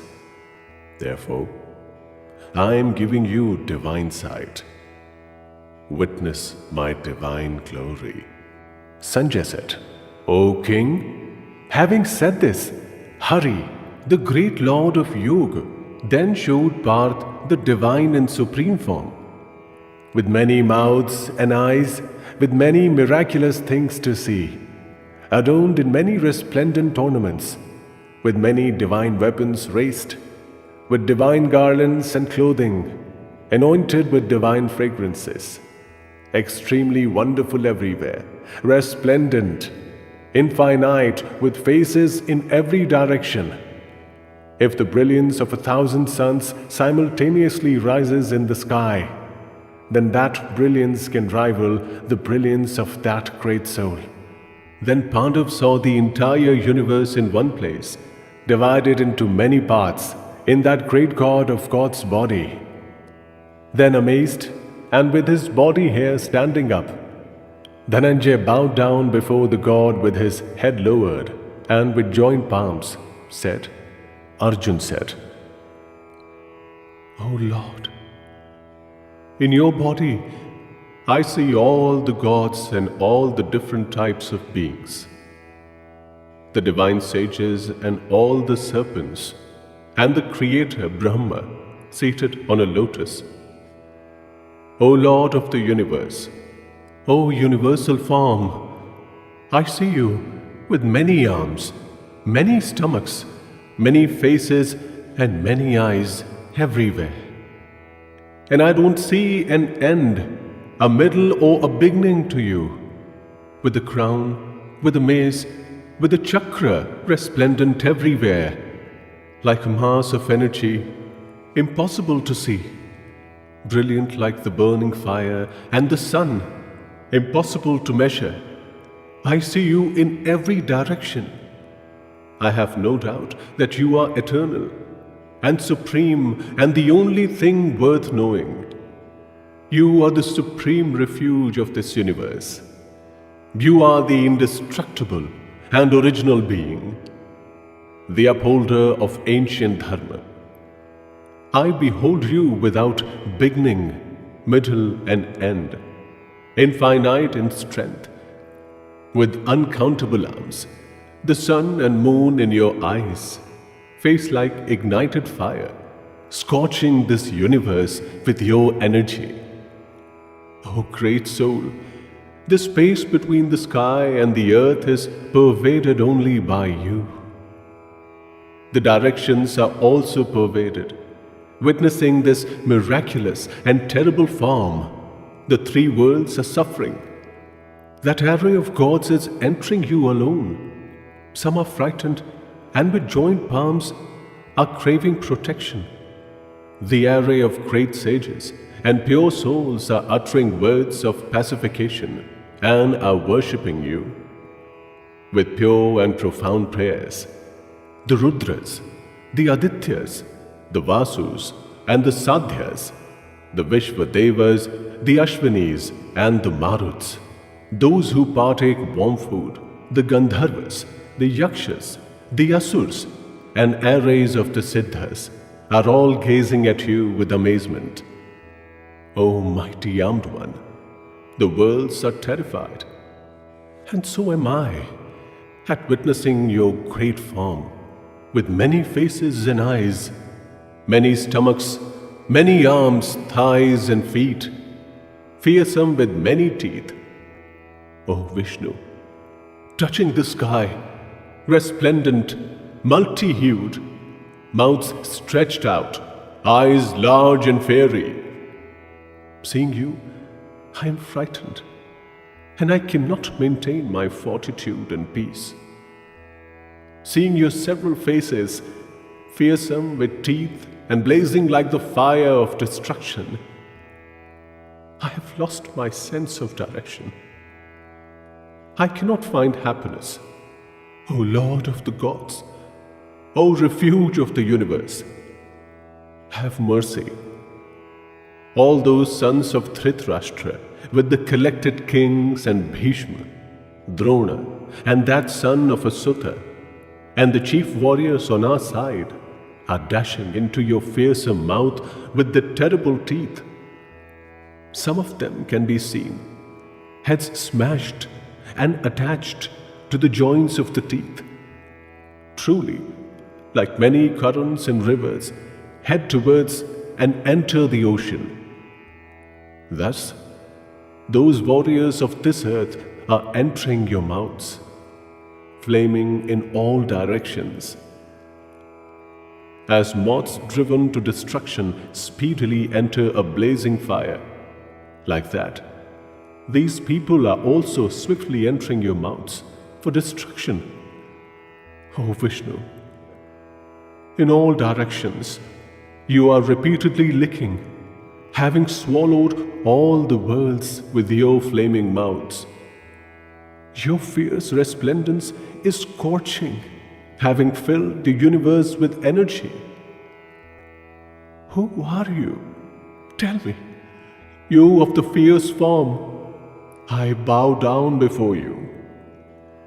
O great God, be merciful.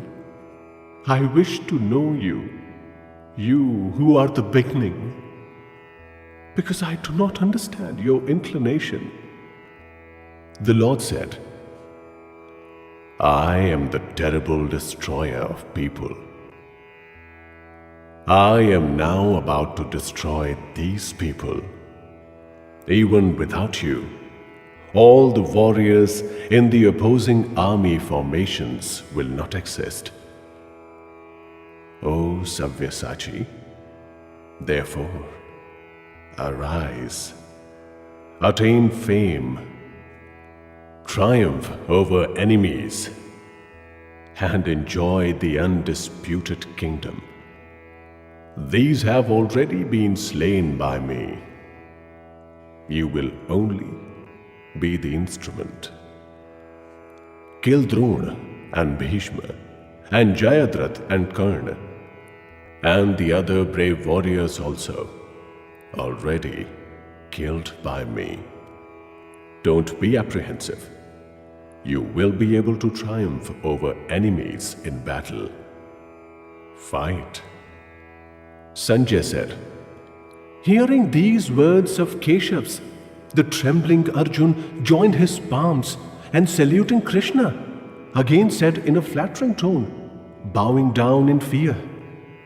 Arjun said, O Rishikesh, it is natural that the universe is extremely delighted to hear of your glory and is attracted to you. The Rakshas are scared and flee in all directions, and all the arrays of Siddhas bow down.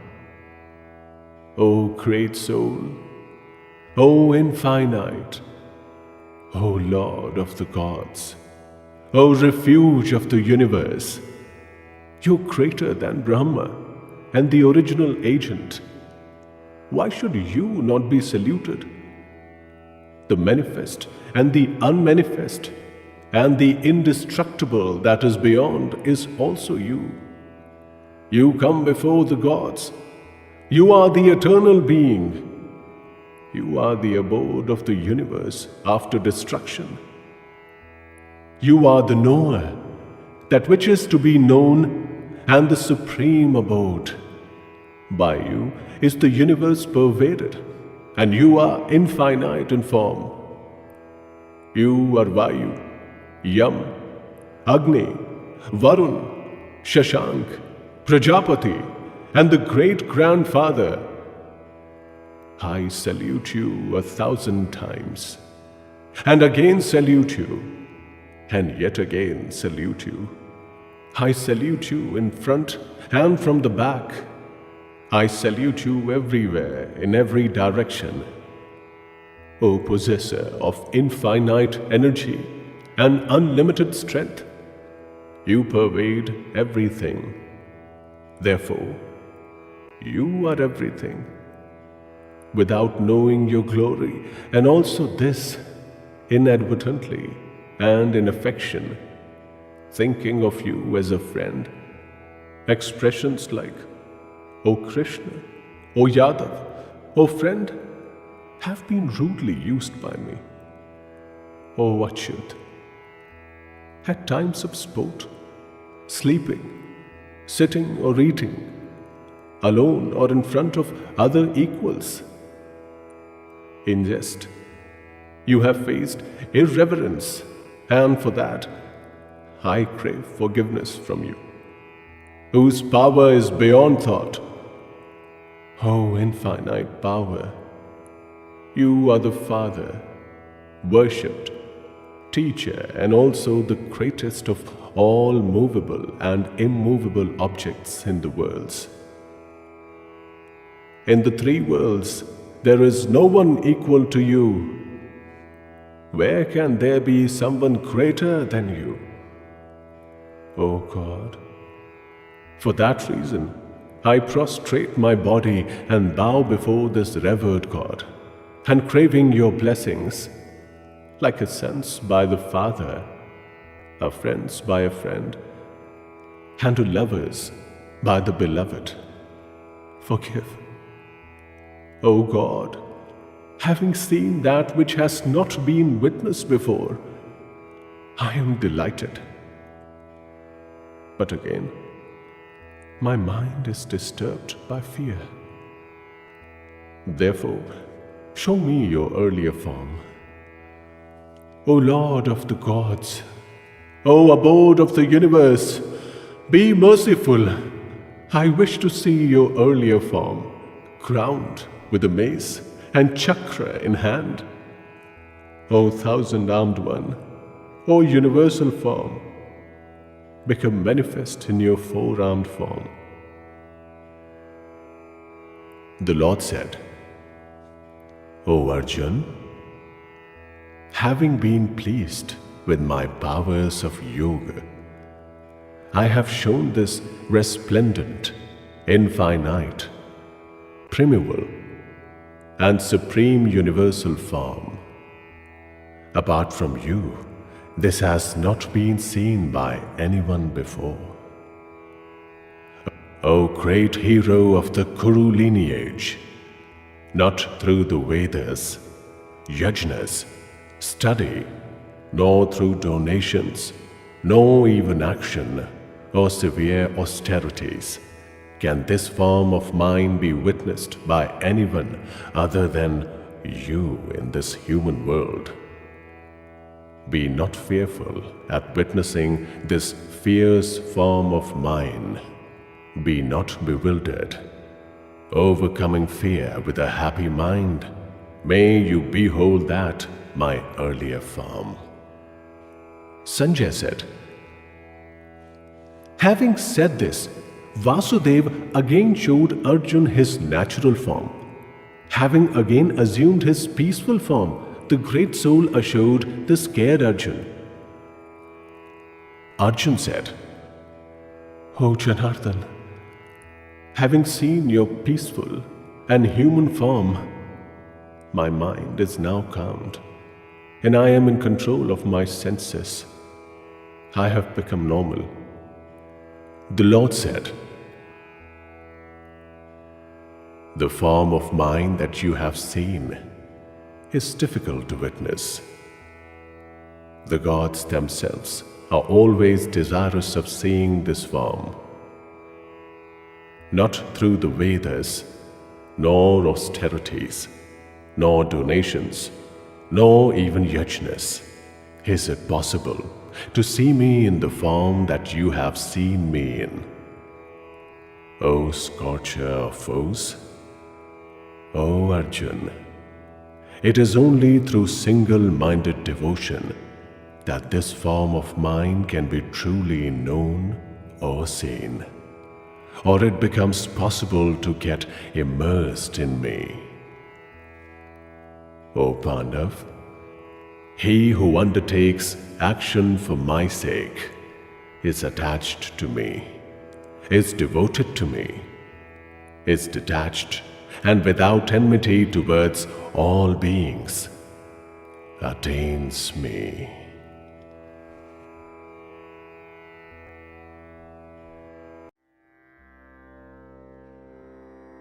Sreemad Bhagwat Geeta, Chapter 12.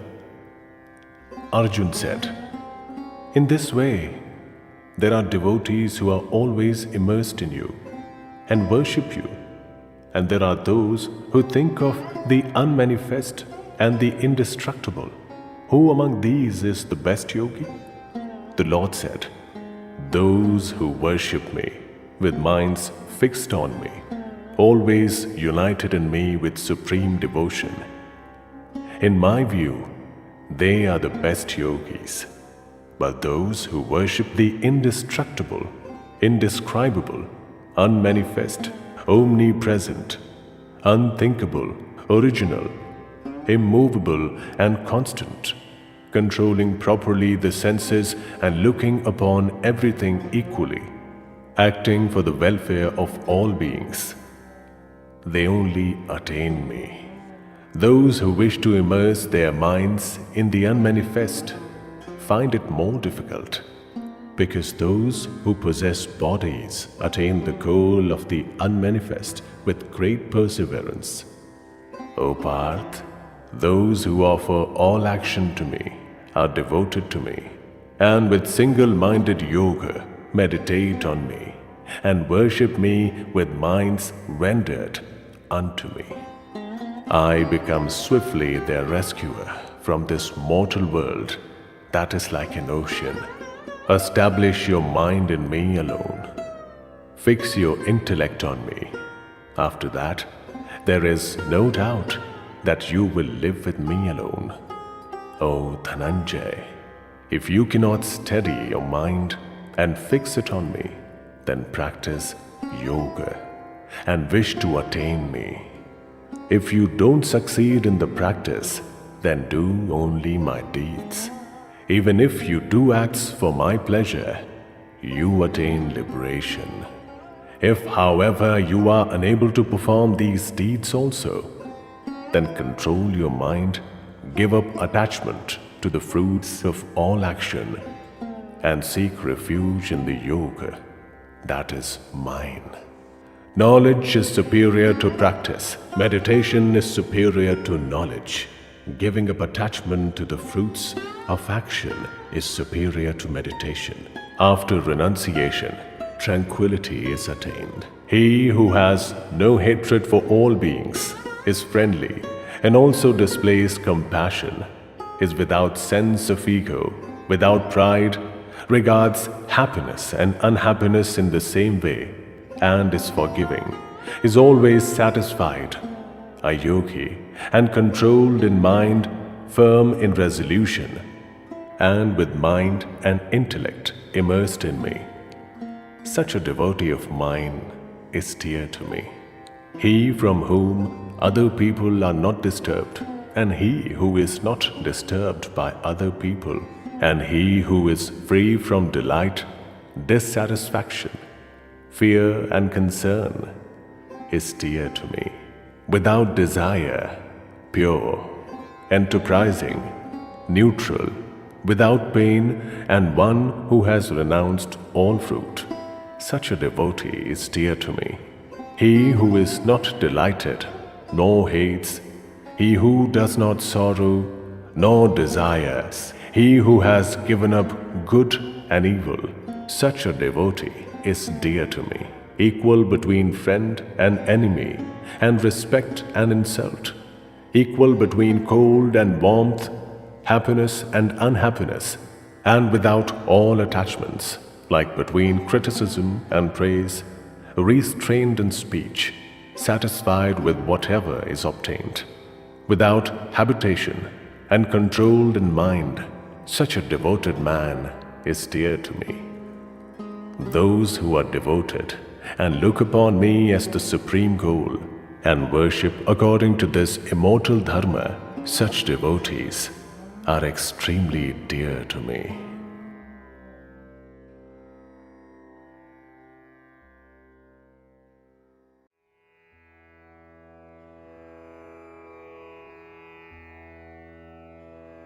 Sreemad Bhagwat Geeta, Chapter 13. The Lord said, O Kaunteya, this body is known as the Kshetra. He who knows this is called the Kshetrajna by those who have the knowledge. O descendant of the Bharata lineage, in every field, know me to be the Kshetrajna. My view is that knowledge about Kshetra and Kshetrajna is knowledge. Briefly hear from me what is that Kshetra, its nature and its transformation, and cause and effect within it. Also that and its power. The rishis have sung this in different meters in several diverse ways. The definite logical arguments are also there in the Brahma Sutra passages. The great elements, the ego, the intellect, and the unmanifest, the 10 organs of sense, and the single one, and the objects of the 5 senses. Desire, hatred, happiness, unhappiness, combination, consciousness, patience, these together are said to be the Kshetra and its transformations. Lack of ego, lack of arrogance, lack of injury, forgiveness, humility, servitude towards teachers, purity, single-mindedness, and control over the self, detachment towards gratification of the senses, and lack of vanity, indifference towards unhappy travails like birth, death, aging, and disease, non-attachment, no sense of belonging in wife, son, and home.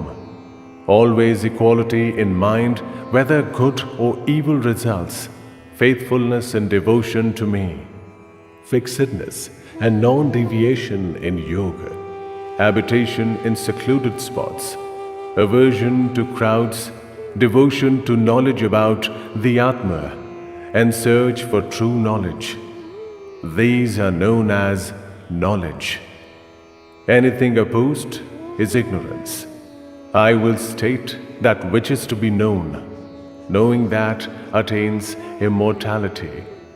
That Brahman without origin is my form. It is said, both eternal and transit, that has hands and feet everywhere, eyes, heads and mouths everywhere, and ears everywhere, is established in everything in this world, manifest in the qualities of all the senses, but without any sense, alone like the abode of everything, without qualities and the preserver of all qualities. That is outside all beings and yet inside them, moving and unmoving beyond knowledge because of subtleness, far and yet near. That is indivisible, but exists in every being in divided form. Know as the preserver, destroyer, and the creator of all beings. That is the light of all bright bodies, said to be beyond darkness. Knowledge, that which is to be known and attainable through knowledge, is established in the heart of everything. Briefly, Kshetra, and that which is knowledge and to be known have been stated. Knowing this, my devotee attains my nature. Know both Prakriti and Purusha to be without origin, and from transformations and the qualities to result from Prakriti. Prakriti is said to be the reason behind cause and effect. Purusha is said to be for happiness and unhappiness in enjoyment, because Purusha is established in Prakriti and enjoys Prakriti's qualities, and its good and evil birth is because of its association with these qualities. The Supreme Being in this body is known as one who witnesses, one who allows, one who sustains, one who enjoys, the Supreme Lord and the Paramatma. He who knows the nature of Purusha and of Prakriti, whatever be the position he is in, will not be reborn. Some through meditation see the Atma in the Atma with the Atma. Others use Sankhya Yoga, and still others use Karma Yoga, and others, failing to know, hear from others and worship. Even they who are devoted to hearing transcend death. O best of the Bharata lineage, whatever movable and immovable objects are created, know them to result from the link between Kshetra and Kshetraj. He truly sees who beholds the indestructible Supreme Lord equally in all beings, while everything else is destructible.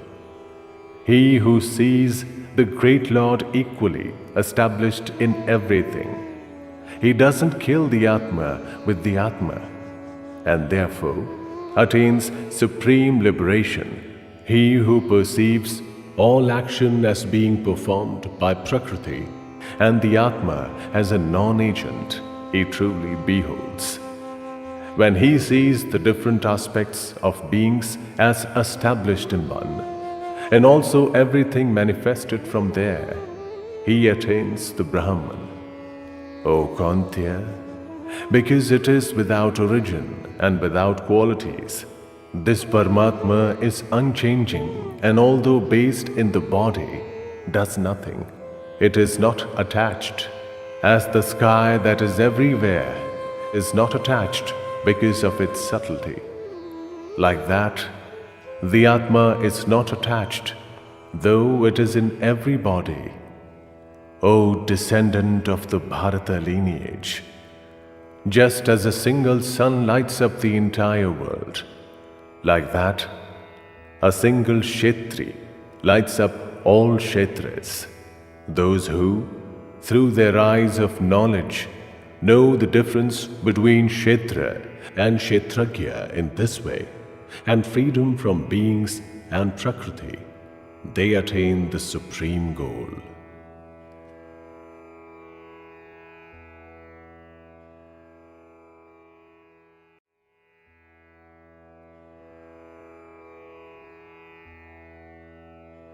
Sreemad Bhagwat Geeta, Chapter 14.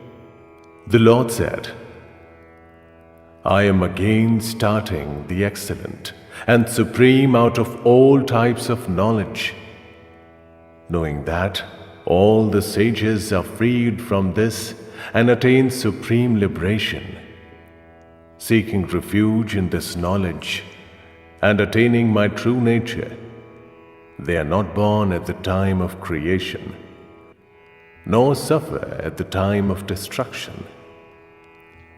O descendant of the Bharata lineage, the great Brahman is my womb. Into that I place the seed, and from that all the beings are created. O Kantya, the different forms that are created in all wombs, the great Brahman is like their mother, and I am the father who provides the seed. O mighty armed one, the qualities Sattva, Raja and Tama generated from nature bind the indestructible Atma in the body. O sinless one, among these, Sattva is shining because it is pure and without sin, but ties down the Atma because of attachment to happiness and knowledge. O Kantya, know Raja to be based on desire and the origin of thirst and attachment, that binds the Atma firmly because of attachment to action. O descendant of the Bharata lineage, know Tama to be born from ignorance and the source of delusion in every being, that binds firmly through error, sloth and sleep. O descendant of the Bharata lineage, Sattva attaches to happiness and Raja attaches to action. Tama veils knowledge and attaches to errors. O descendant of the Bharata lineage, Sattva overcomes Raja and Tama and becomes strong. Raja, Sattva and Tama, Sattva and Raja. Know that when the light of knowledge is ignited in all the gates of this body, it is only then that Sattva becomes strong. O best of the Bharata lineage, greed, inclination, beginnings of action, restlessness and desire, these are created when Raja becomes strong. O descendant of the Kuru lineage, darkness, lack of enterprise, inadvertence and delusion, these are created when Tama becomes strong. For being dies when Sattva becomes strong, then he attains the shining world reserved for those who have the supreme knowledge. Death, when Rajas becomes strong, leads to rebirth as someone addicted to action. And death, when Tama, leads to rebirth as subhuman species. It has been said that Sattva type action has the fruit of pure happiness. Raja type has the fruit of unhappiness, and Tama type has the fruit of ignorance. From Sattva, wisdom results, and from Raja, greed, and from Tama, only inadvertence, delusion, and ignorance result. Those with a preponderance of sattva ascend above. Those with raja stay in the middle. Those with despicable tama qualities descend below. When the seer doesn't see any agent other than the qualities and knows that which is beyond the qualities, he attains my nature. When the being transcends the three qualities that are the origin of the body, he attains immortality, free from birth, death, old age, and unhappiness. Arjun said, "O Lord, from what science does one know who has transcended? What is his conduct, and how does he transcend these three qualities?" The Lord said, "O Pandav, he who is engaged in knowledge and inclination and delusion, and yet does not hate, nor desire if these are withdrawn, he is established in indifference, and the qualities don't disturb him. Knowing the action of the qualities to be of this form, he is steady and doesn't waver, equal between happiness and unhappiness, established in himself, equal between earth, stone, and gold, similar in treatment of the loved and the hated, tranquil, similar between praise and censure, he who treats respect and insult alike, friend and enemy alike, and discards all beginnings of action, he is said to have transcended the qualities. He who worships me single-mindedly and with unwavering devotion, he transcends these qualities and is worthy of attaining the state of the Brahman, because I am the embodiment of the Brahman, indestructible, immortal, and also of eternal dharma and absolute bliss."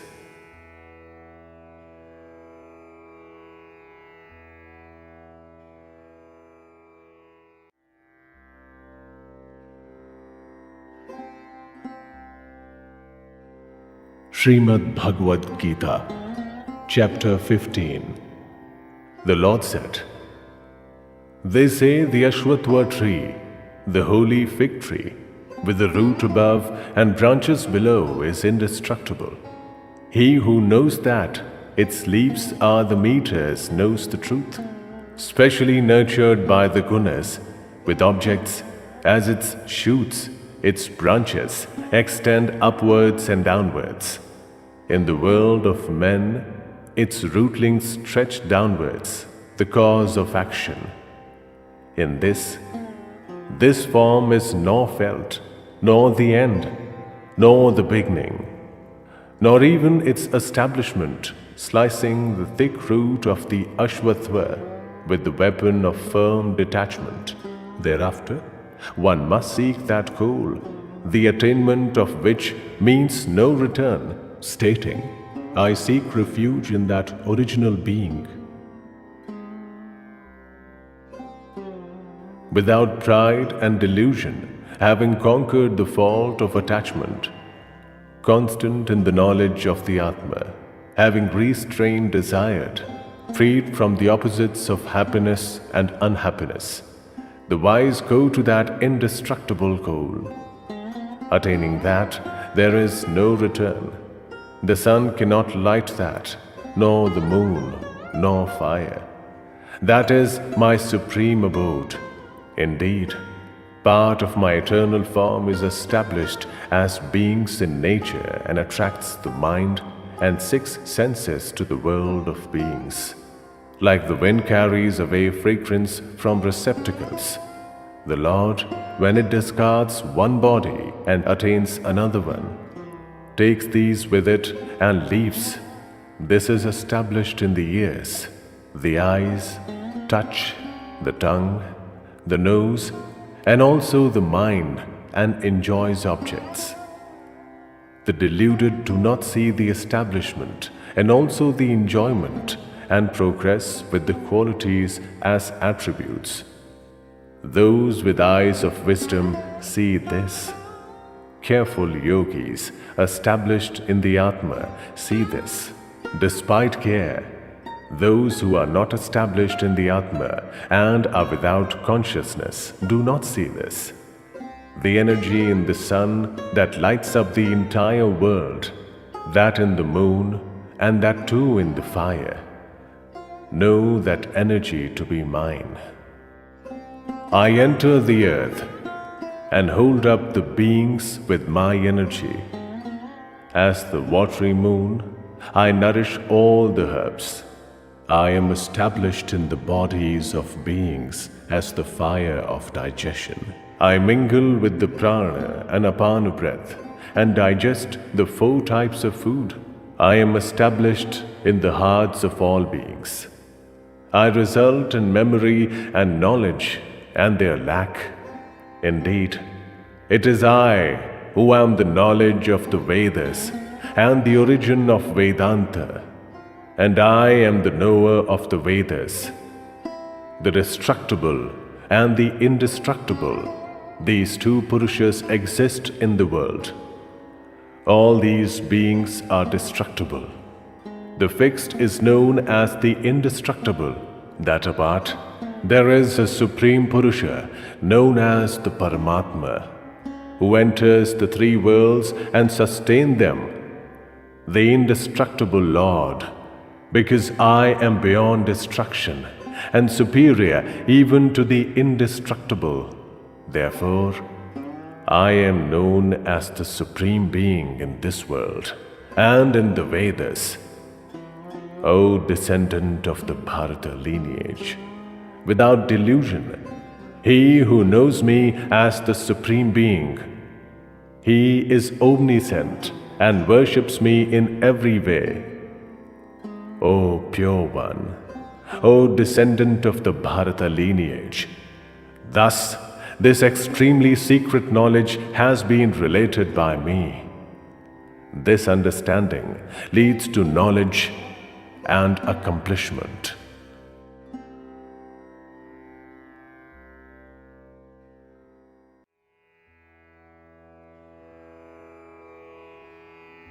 Sreemad Bhagwat Geeta, Chapter 16. The Lord said, O descendant of the Bharata lineage, absence of fear, pureness of heart, steadiness in Jnana Yoga, donation and control, yajnas, self-study, practice of austerities and simplicity, absence of injury to others, truthfulness, lack of anger, renunciation, tranquility, lack of criticism of others, compassion towards beings, lack of avarice, gentleness, sense of shame, steadfastness, energy, forgiveness, perseverance, cleanliness, absence of hatred, absence of ego. These belong to the person born towards divine wealth. O Parth, arrogance, insolence, egoism, anger, cruelty, and ignorance. These belong to birth towards demonic wealth. Divine wealth is for liberation. Demonic wealth is for bondage. O Pandav, do not sorrow. You have been born towards divine wealth. O Parth, in this world, 2 types of beings are created, divine and demonic. The divine has been stated in detail. Hear from me about the demonic. Demonic people do not know about inclination and disinclination. In them there is no purity, nor righteousness, nor even truthfulness. They say the world is full of falsehood, without basis, without a Lord, created without continuity, and with no reason other than to satisfy desire. Resorting to such views, with distorted minds, little intelligence, and cruel action. They perform evil deeds.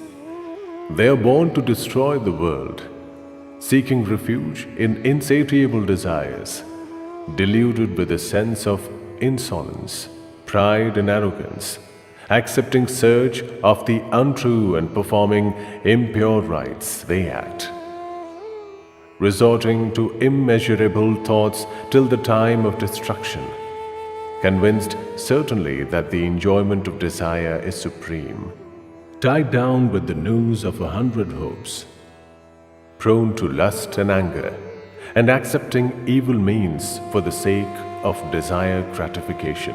They wish to accumulate wealth. Today I have gained this.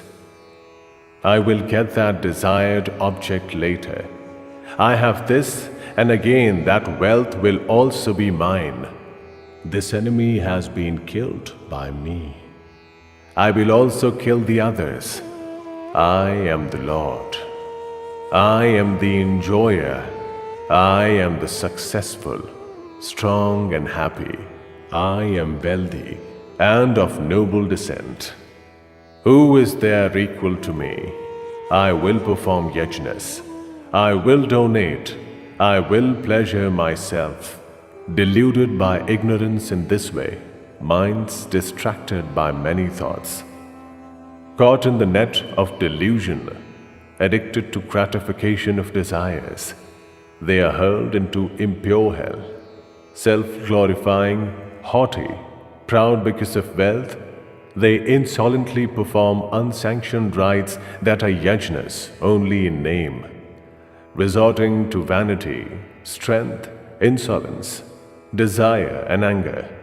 They hate me in their own bodies and in the bodies of others, and are disfavored. In this world I hurl those hateful, cruel, evil, and burst among men into demonic births several times. O Kaunteya, from birth to birth, the deluded don't attain me, and obtaining demonic births go down even further. Desire, anger, and avarice. These are the three types of doors to hell and destroyers of the Atma. Give up these three. O Kaunteya, the man who is freed from these three dark doors and follows that which is good for the Atma, thereafter attains the supreme goal. He who deviates from the prescription of the Shastras and acts as he desires like doing, that person doesn't attain liberation or happiness or the supreme goal. Therefore, in deciding what should be done and what should not be done, the Shastras are your test. In this, get ready to perform action, knowing what the Shastras prescribe.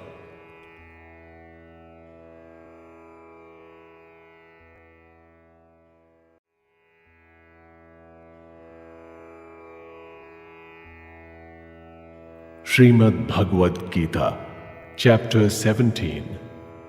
Arjun said, Those who discard the prescriptions of the Shastras but worship with recourse to faith, what is their devotion like?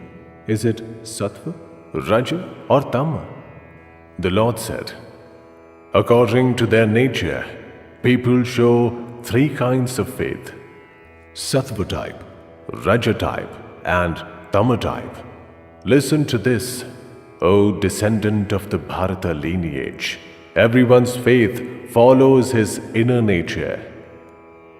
This being is full of faith. The kind of faith one has makes the person. Those of the Sattva type worship the gods. Those of Raja type, Yakshas and Rakshas. The others of the Tama type worship ghosts and devils. Those who perform terrible austerities not sanctioned by the Shastras, full of insolence and ego, deriving strength from desire and attachment, devoid of consciousness, torture the elements in the body and also me inside the body. Know them to be driven by demonic resolution. The favored food of all is of three types, and so too sacrifice, meditation, and donations. Listen to the distinction between these. The sattva type favor food that increases life expectancy, vitality, strength, freedom from disease, happiness, and joy, tasty, oily, nourishing, and pleasant. The Raja type favor food that is extremely spicy, acidic, salty, hot, pungent, dry, and burning, increasing unhappiness, sorrow, and disease. The Tama type favor food cooked a long time ago, no longer succulent, and with a bad smell, stale, and tasted by others, impure. The sacrifices performed according to prescribed rites, pacifying the mind, without attachment to fruits, and only because such sacrifices ought to be performed, are of the sattva type, O best of the Bharata lineage. But no, sacrifices performed in search of fruits, or indeed because of insolence, to be of the Raja type. Sacrifices without following prescribed rites, without donating food, without mantras, without donations, and without faith, are said to be of the Tama type. Worship of gods, brahmanas, teachers and the wise, purity, simplicity, brahmacharya, and non-violence, these are known as physical austerities. Not uttering words that leads to anxiety, speaking the truth, and that which is pleasant and leads to welfare, and self-study, these are known as verbal austerities. Tranquility of mind, lack of cruelty, reserve in speech, control of one's self, purity in attitude. All these are known as mental austerities. These three types of austerities performed single-mindedly by men, without attachment to fruits, and with supreme faith, are said to be of the sattva type. Austerities performed with the objective of obtaining praise, respect, or worship, and based on insolence, are said to be of the Raja type, and in this are temporary and uncertain. Austerities performed on the basis of delusion, resulting in the oppression of oneself or undertaken to destroy others, are said to be of the Tama type. Alms donated for the sake of donation to those who have not benefited the donor and based on place, time, and subject are said to be of the sattva type. But donations for the sake of return favors or for the fruits or given unwillingly are said to be of the Raja type. Donations in the wrong place, at the wrong time, and to the wrong subject, given without respect and disdainfully, are said to be of the Tama type. Om Tat Sat. In these three ways, the Brahman has been described in the sacred texts. From this, in the past, Brahmanas and the Vedas and Yajnas have been created. Therefore, according to prescribed rites, sacrifices, donations, and austerities by those who are learned in the Brahman are always undertaken after uttering Om. Those who desire liberation give up desire for fruits and undertake sacrifices, donations, and austerities after uttering Tat. O Parth, Sat is used to signify existence and superiority, and the word Sat is also used for auspicious acts. Steadfastness in sacrifices, donations, and austerities is known as Sat. An action performed towards those ends is also indeed known as Sat. O Parth, sacrifices, donations, and austerities, and any other action undertaken without faith are known as the opposite of Sat. With nothing in this world awe in the afterworld.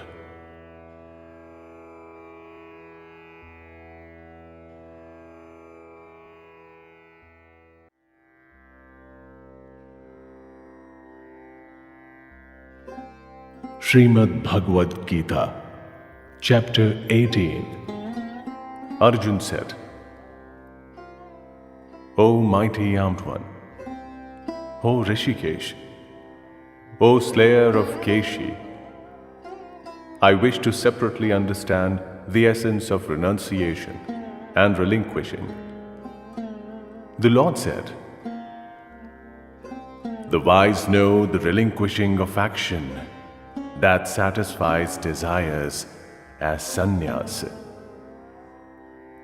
The discriminating call the relinquishing of the fruits of all action, tyaga. Some learned people say that all action is associated with evil and should be relinquished. Some others say that action like sacrifices, donations, and austerities should not be relinquished. O Supreme among the Bharata lineage, listen to my decided views about that relinquishing.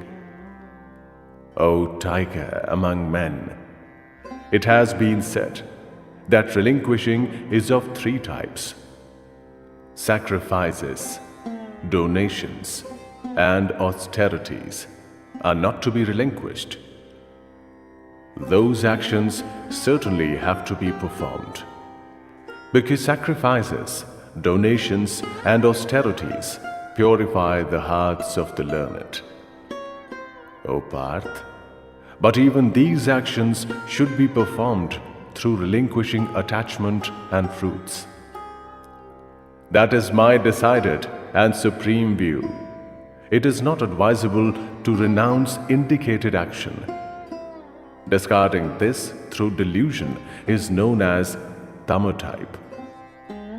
He who relinquishes action because action leads to discomfort and requires physical exertion performs rajatype relinquishing. He doesn't receive the fruits from relinquishing. O Arjun, sattva-type relinquishing is known as that where attachment and fruits are relinquished, an action is performed only because it is indicated action. Immersed in the sattva quality, steady in learning and without doubt, the relinquisher doesn't hate disagreeable action and become addicted to agreeable action. He who possesses a body cannot give up action in its entirety, because he relinquishes fruits of action. He is known as a true relinquisher. Those who don't relinquish face three types of fruits of their action in the afterworld: bad, good, and mixed. But sannyasis don't. O mighty armed one, in the sacred texts, 5 reasons are described in support of performing all action. Hear these from me. The abode and also the agent, different types of instruments and different and various types of endeavor, and the 5th is the divine. Whatever action, appropriate or inappropriate, a man begins through the body, the mind, and speech, is caused by these 5.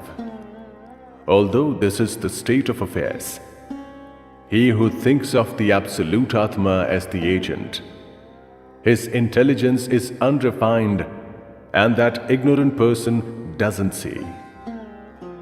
He who has no sense of ego and whose intelligence is unattached, even if he slays all these people, doesn't really kill and is not tied down. Knowledge, that which can be known, and the knower are the 3 impetuses behind action. The action, the instrument, and the agent form the base for action. According to qualities, Three types of differences in knowledge and action, and the agent are described in Shankhya. Listen properly to that too. That which is in all beings, in differentiated form, sees the undifferentiated and indestructible substance. Know that to be sattva type knowledge. But the knowledge through which one sees in all beings, in differentiated form, differentiated and separate substances, know that to be raja type knowledge. But that which is attached to a single action is illogical, trivial, and without true knowledge. That is known as tama type. Action where fruits have been relinquished without attachment, without love or hate, performed only because it is indicated, is known as sattva type. Again, action undertaken with great difficulty by those with desire for fruits or with a sense of ego is known as raja type. Action begun under delusion, without consideration of consequences, destruction, injury, and one's own capabilities, is known as tama type. An agent who is without attachment, without sense of ego, patient and enthusiastic, equal in attitude towards success and failure, is known as sattva type. An agent who is attached, desirous of fruits of action, avaricious, injurious, impure, and swayed by joy and sorrow, is known as raja type. An agent who is not steady, vulgar, insolent, fraudulent, disrespectful, lazy, despondent, and procrastinating is known as tama type. O Dhananjay, according to quality of intellect and perseverance, there are three types of differences. Listen to what is being said, separately and comprehensively. O Parth, the intellect that knows inclination and disinclination, right action and wrong, fear and freedom from fear, bondage and liberation, is sattva type. O Parth, the intellect through which one does not correctly understand dharma and adharma and right action and wrong, is raja type. O Parth, the intellect through which one thinks evil action is righteous and in every way thinks the opposite, shrouded in ignorance, that is tama type. O Parth, the perseverance through which one uses unwavering yoga to focus the functions of the mind, the breath of life and the senses, that perseverance is sattva type. O Parth, O Arjun, the perseverance through which dharma, artha and kama are sought and according to the area fruits desired is known as raja type. O Parth, the perseverance through which the misguided person doesn't discard dreaming, fear, sorrow, despondency and ego is known as tama type. O bull among the Bharata lineage, now hear from me about the three types of happiness, where happiness comes from gradual practice and there is an end to unhappiness, that which is initially like poison but at the end like ambrosia, based on the tranquility of one's intellect focused on the Atma. That is known as sattva type. That which comes from association with objects and the senses and is initially like ambrosia but at the end like poison, that happiness is said to be raja type. The happiness that at the beginning and at the end binds and deludes the Atma, and that which is created from sleep, sloth and inadvertence is known as tama type. On earth, in heaven, and even among the gods.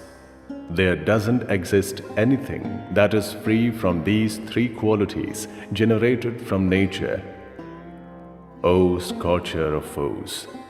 The actions of Brahmins, Kshatriyas, Vaishyas, and also Shudras are separately segregated in accordance with qualities that result from their natures.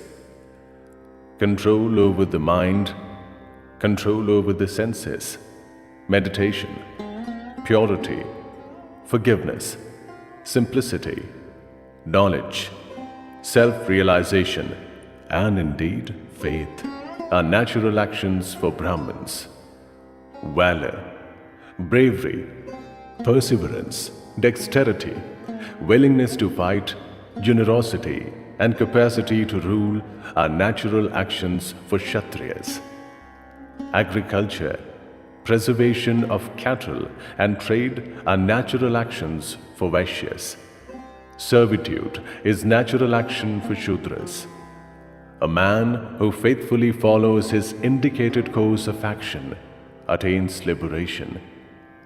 Listen to how liberation is obtained by following one's indicated course of action. Through his own action, man obtains liberation by worshipping him who is the origin of beings and their endeavor, and him who pervades all this. Even when performed imperfectly, Swadharma is superior to someone else's dharma, performed well. Sin does not result if one's natural action is undertaken. O Kantya, natural action should not be discarded, even if it is tainted. Because all action is tainted, just as fire is shrouded by smoke.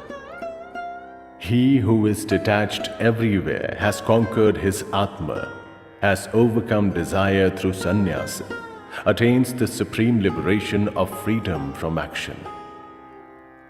O Kantya, learn briefly from me how one who has attained liberation attains the Brahman.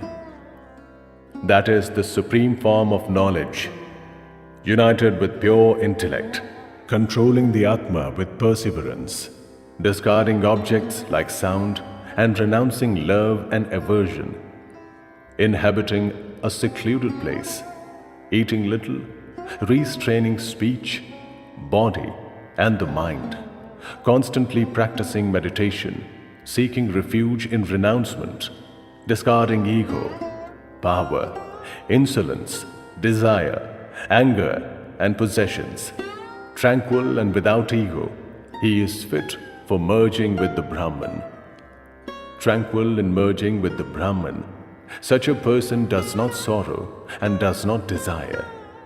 Looking upon every being equally, he attains supreme devotion towards me.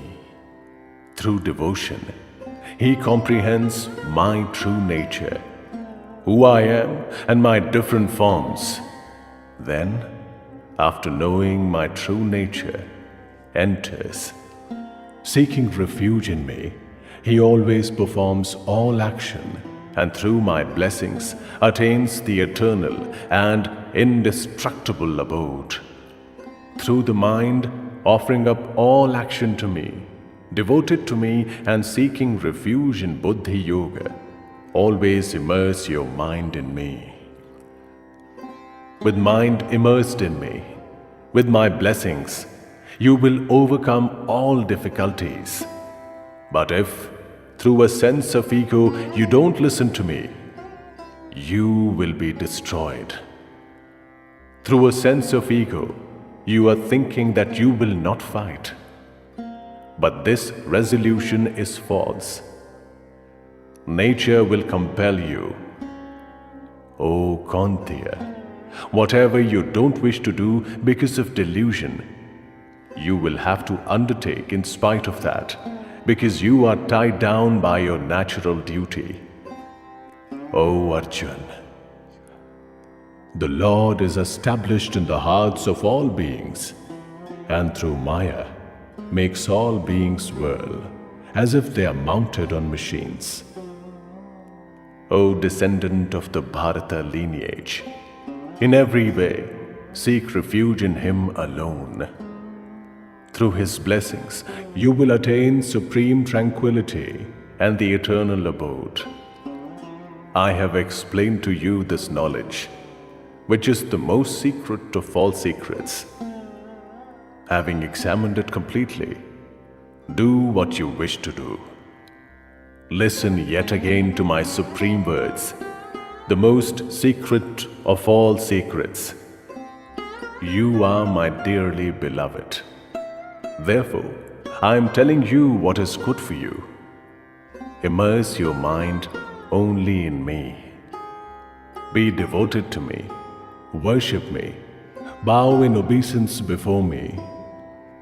I am pledging that you will attain me, because you are my beloved. Discard all dharmas and seek refuge only in me.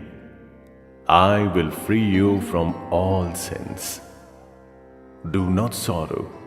You should not state this to those who do not meditate, or are devoid of devotion, or do not wish to hear, nor to those who show me disrespect.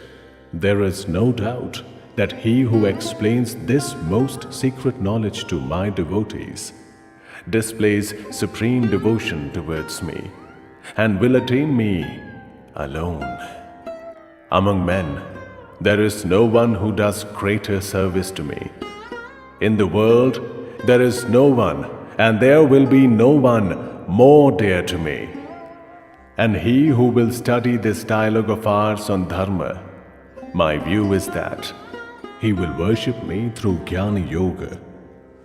The man who only listens with faith and without disrespect, he too will be freed from sin and attain the worlds attained by those who are pure of deeds.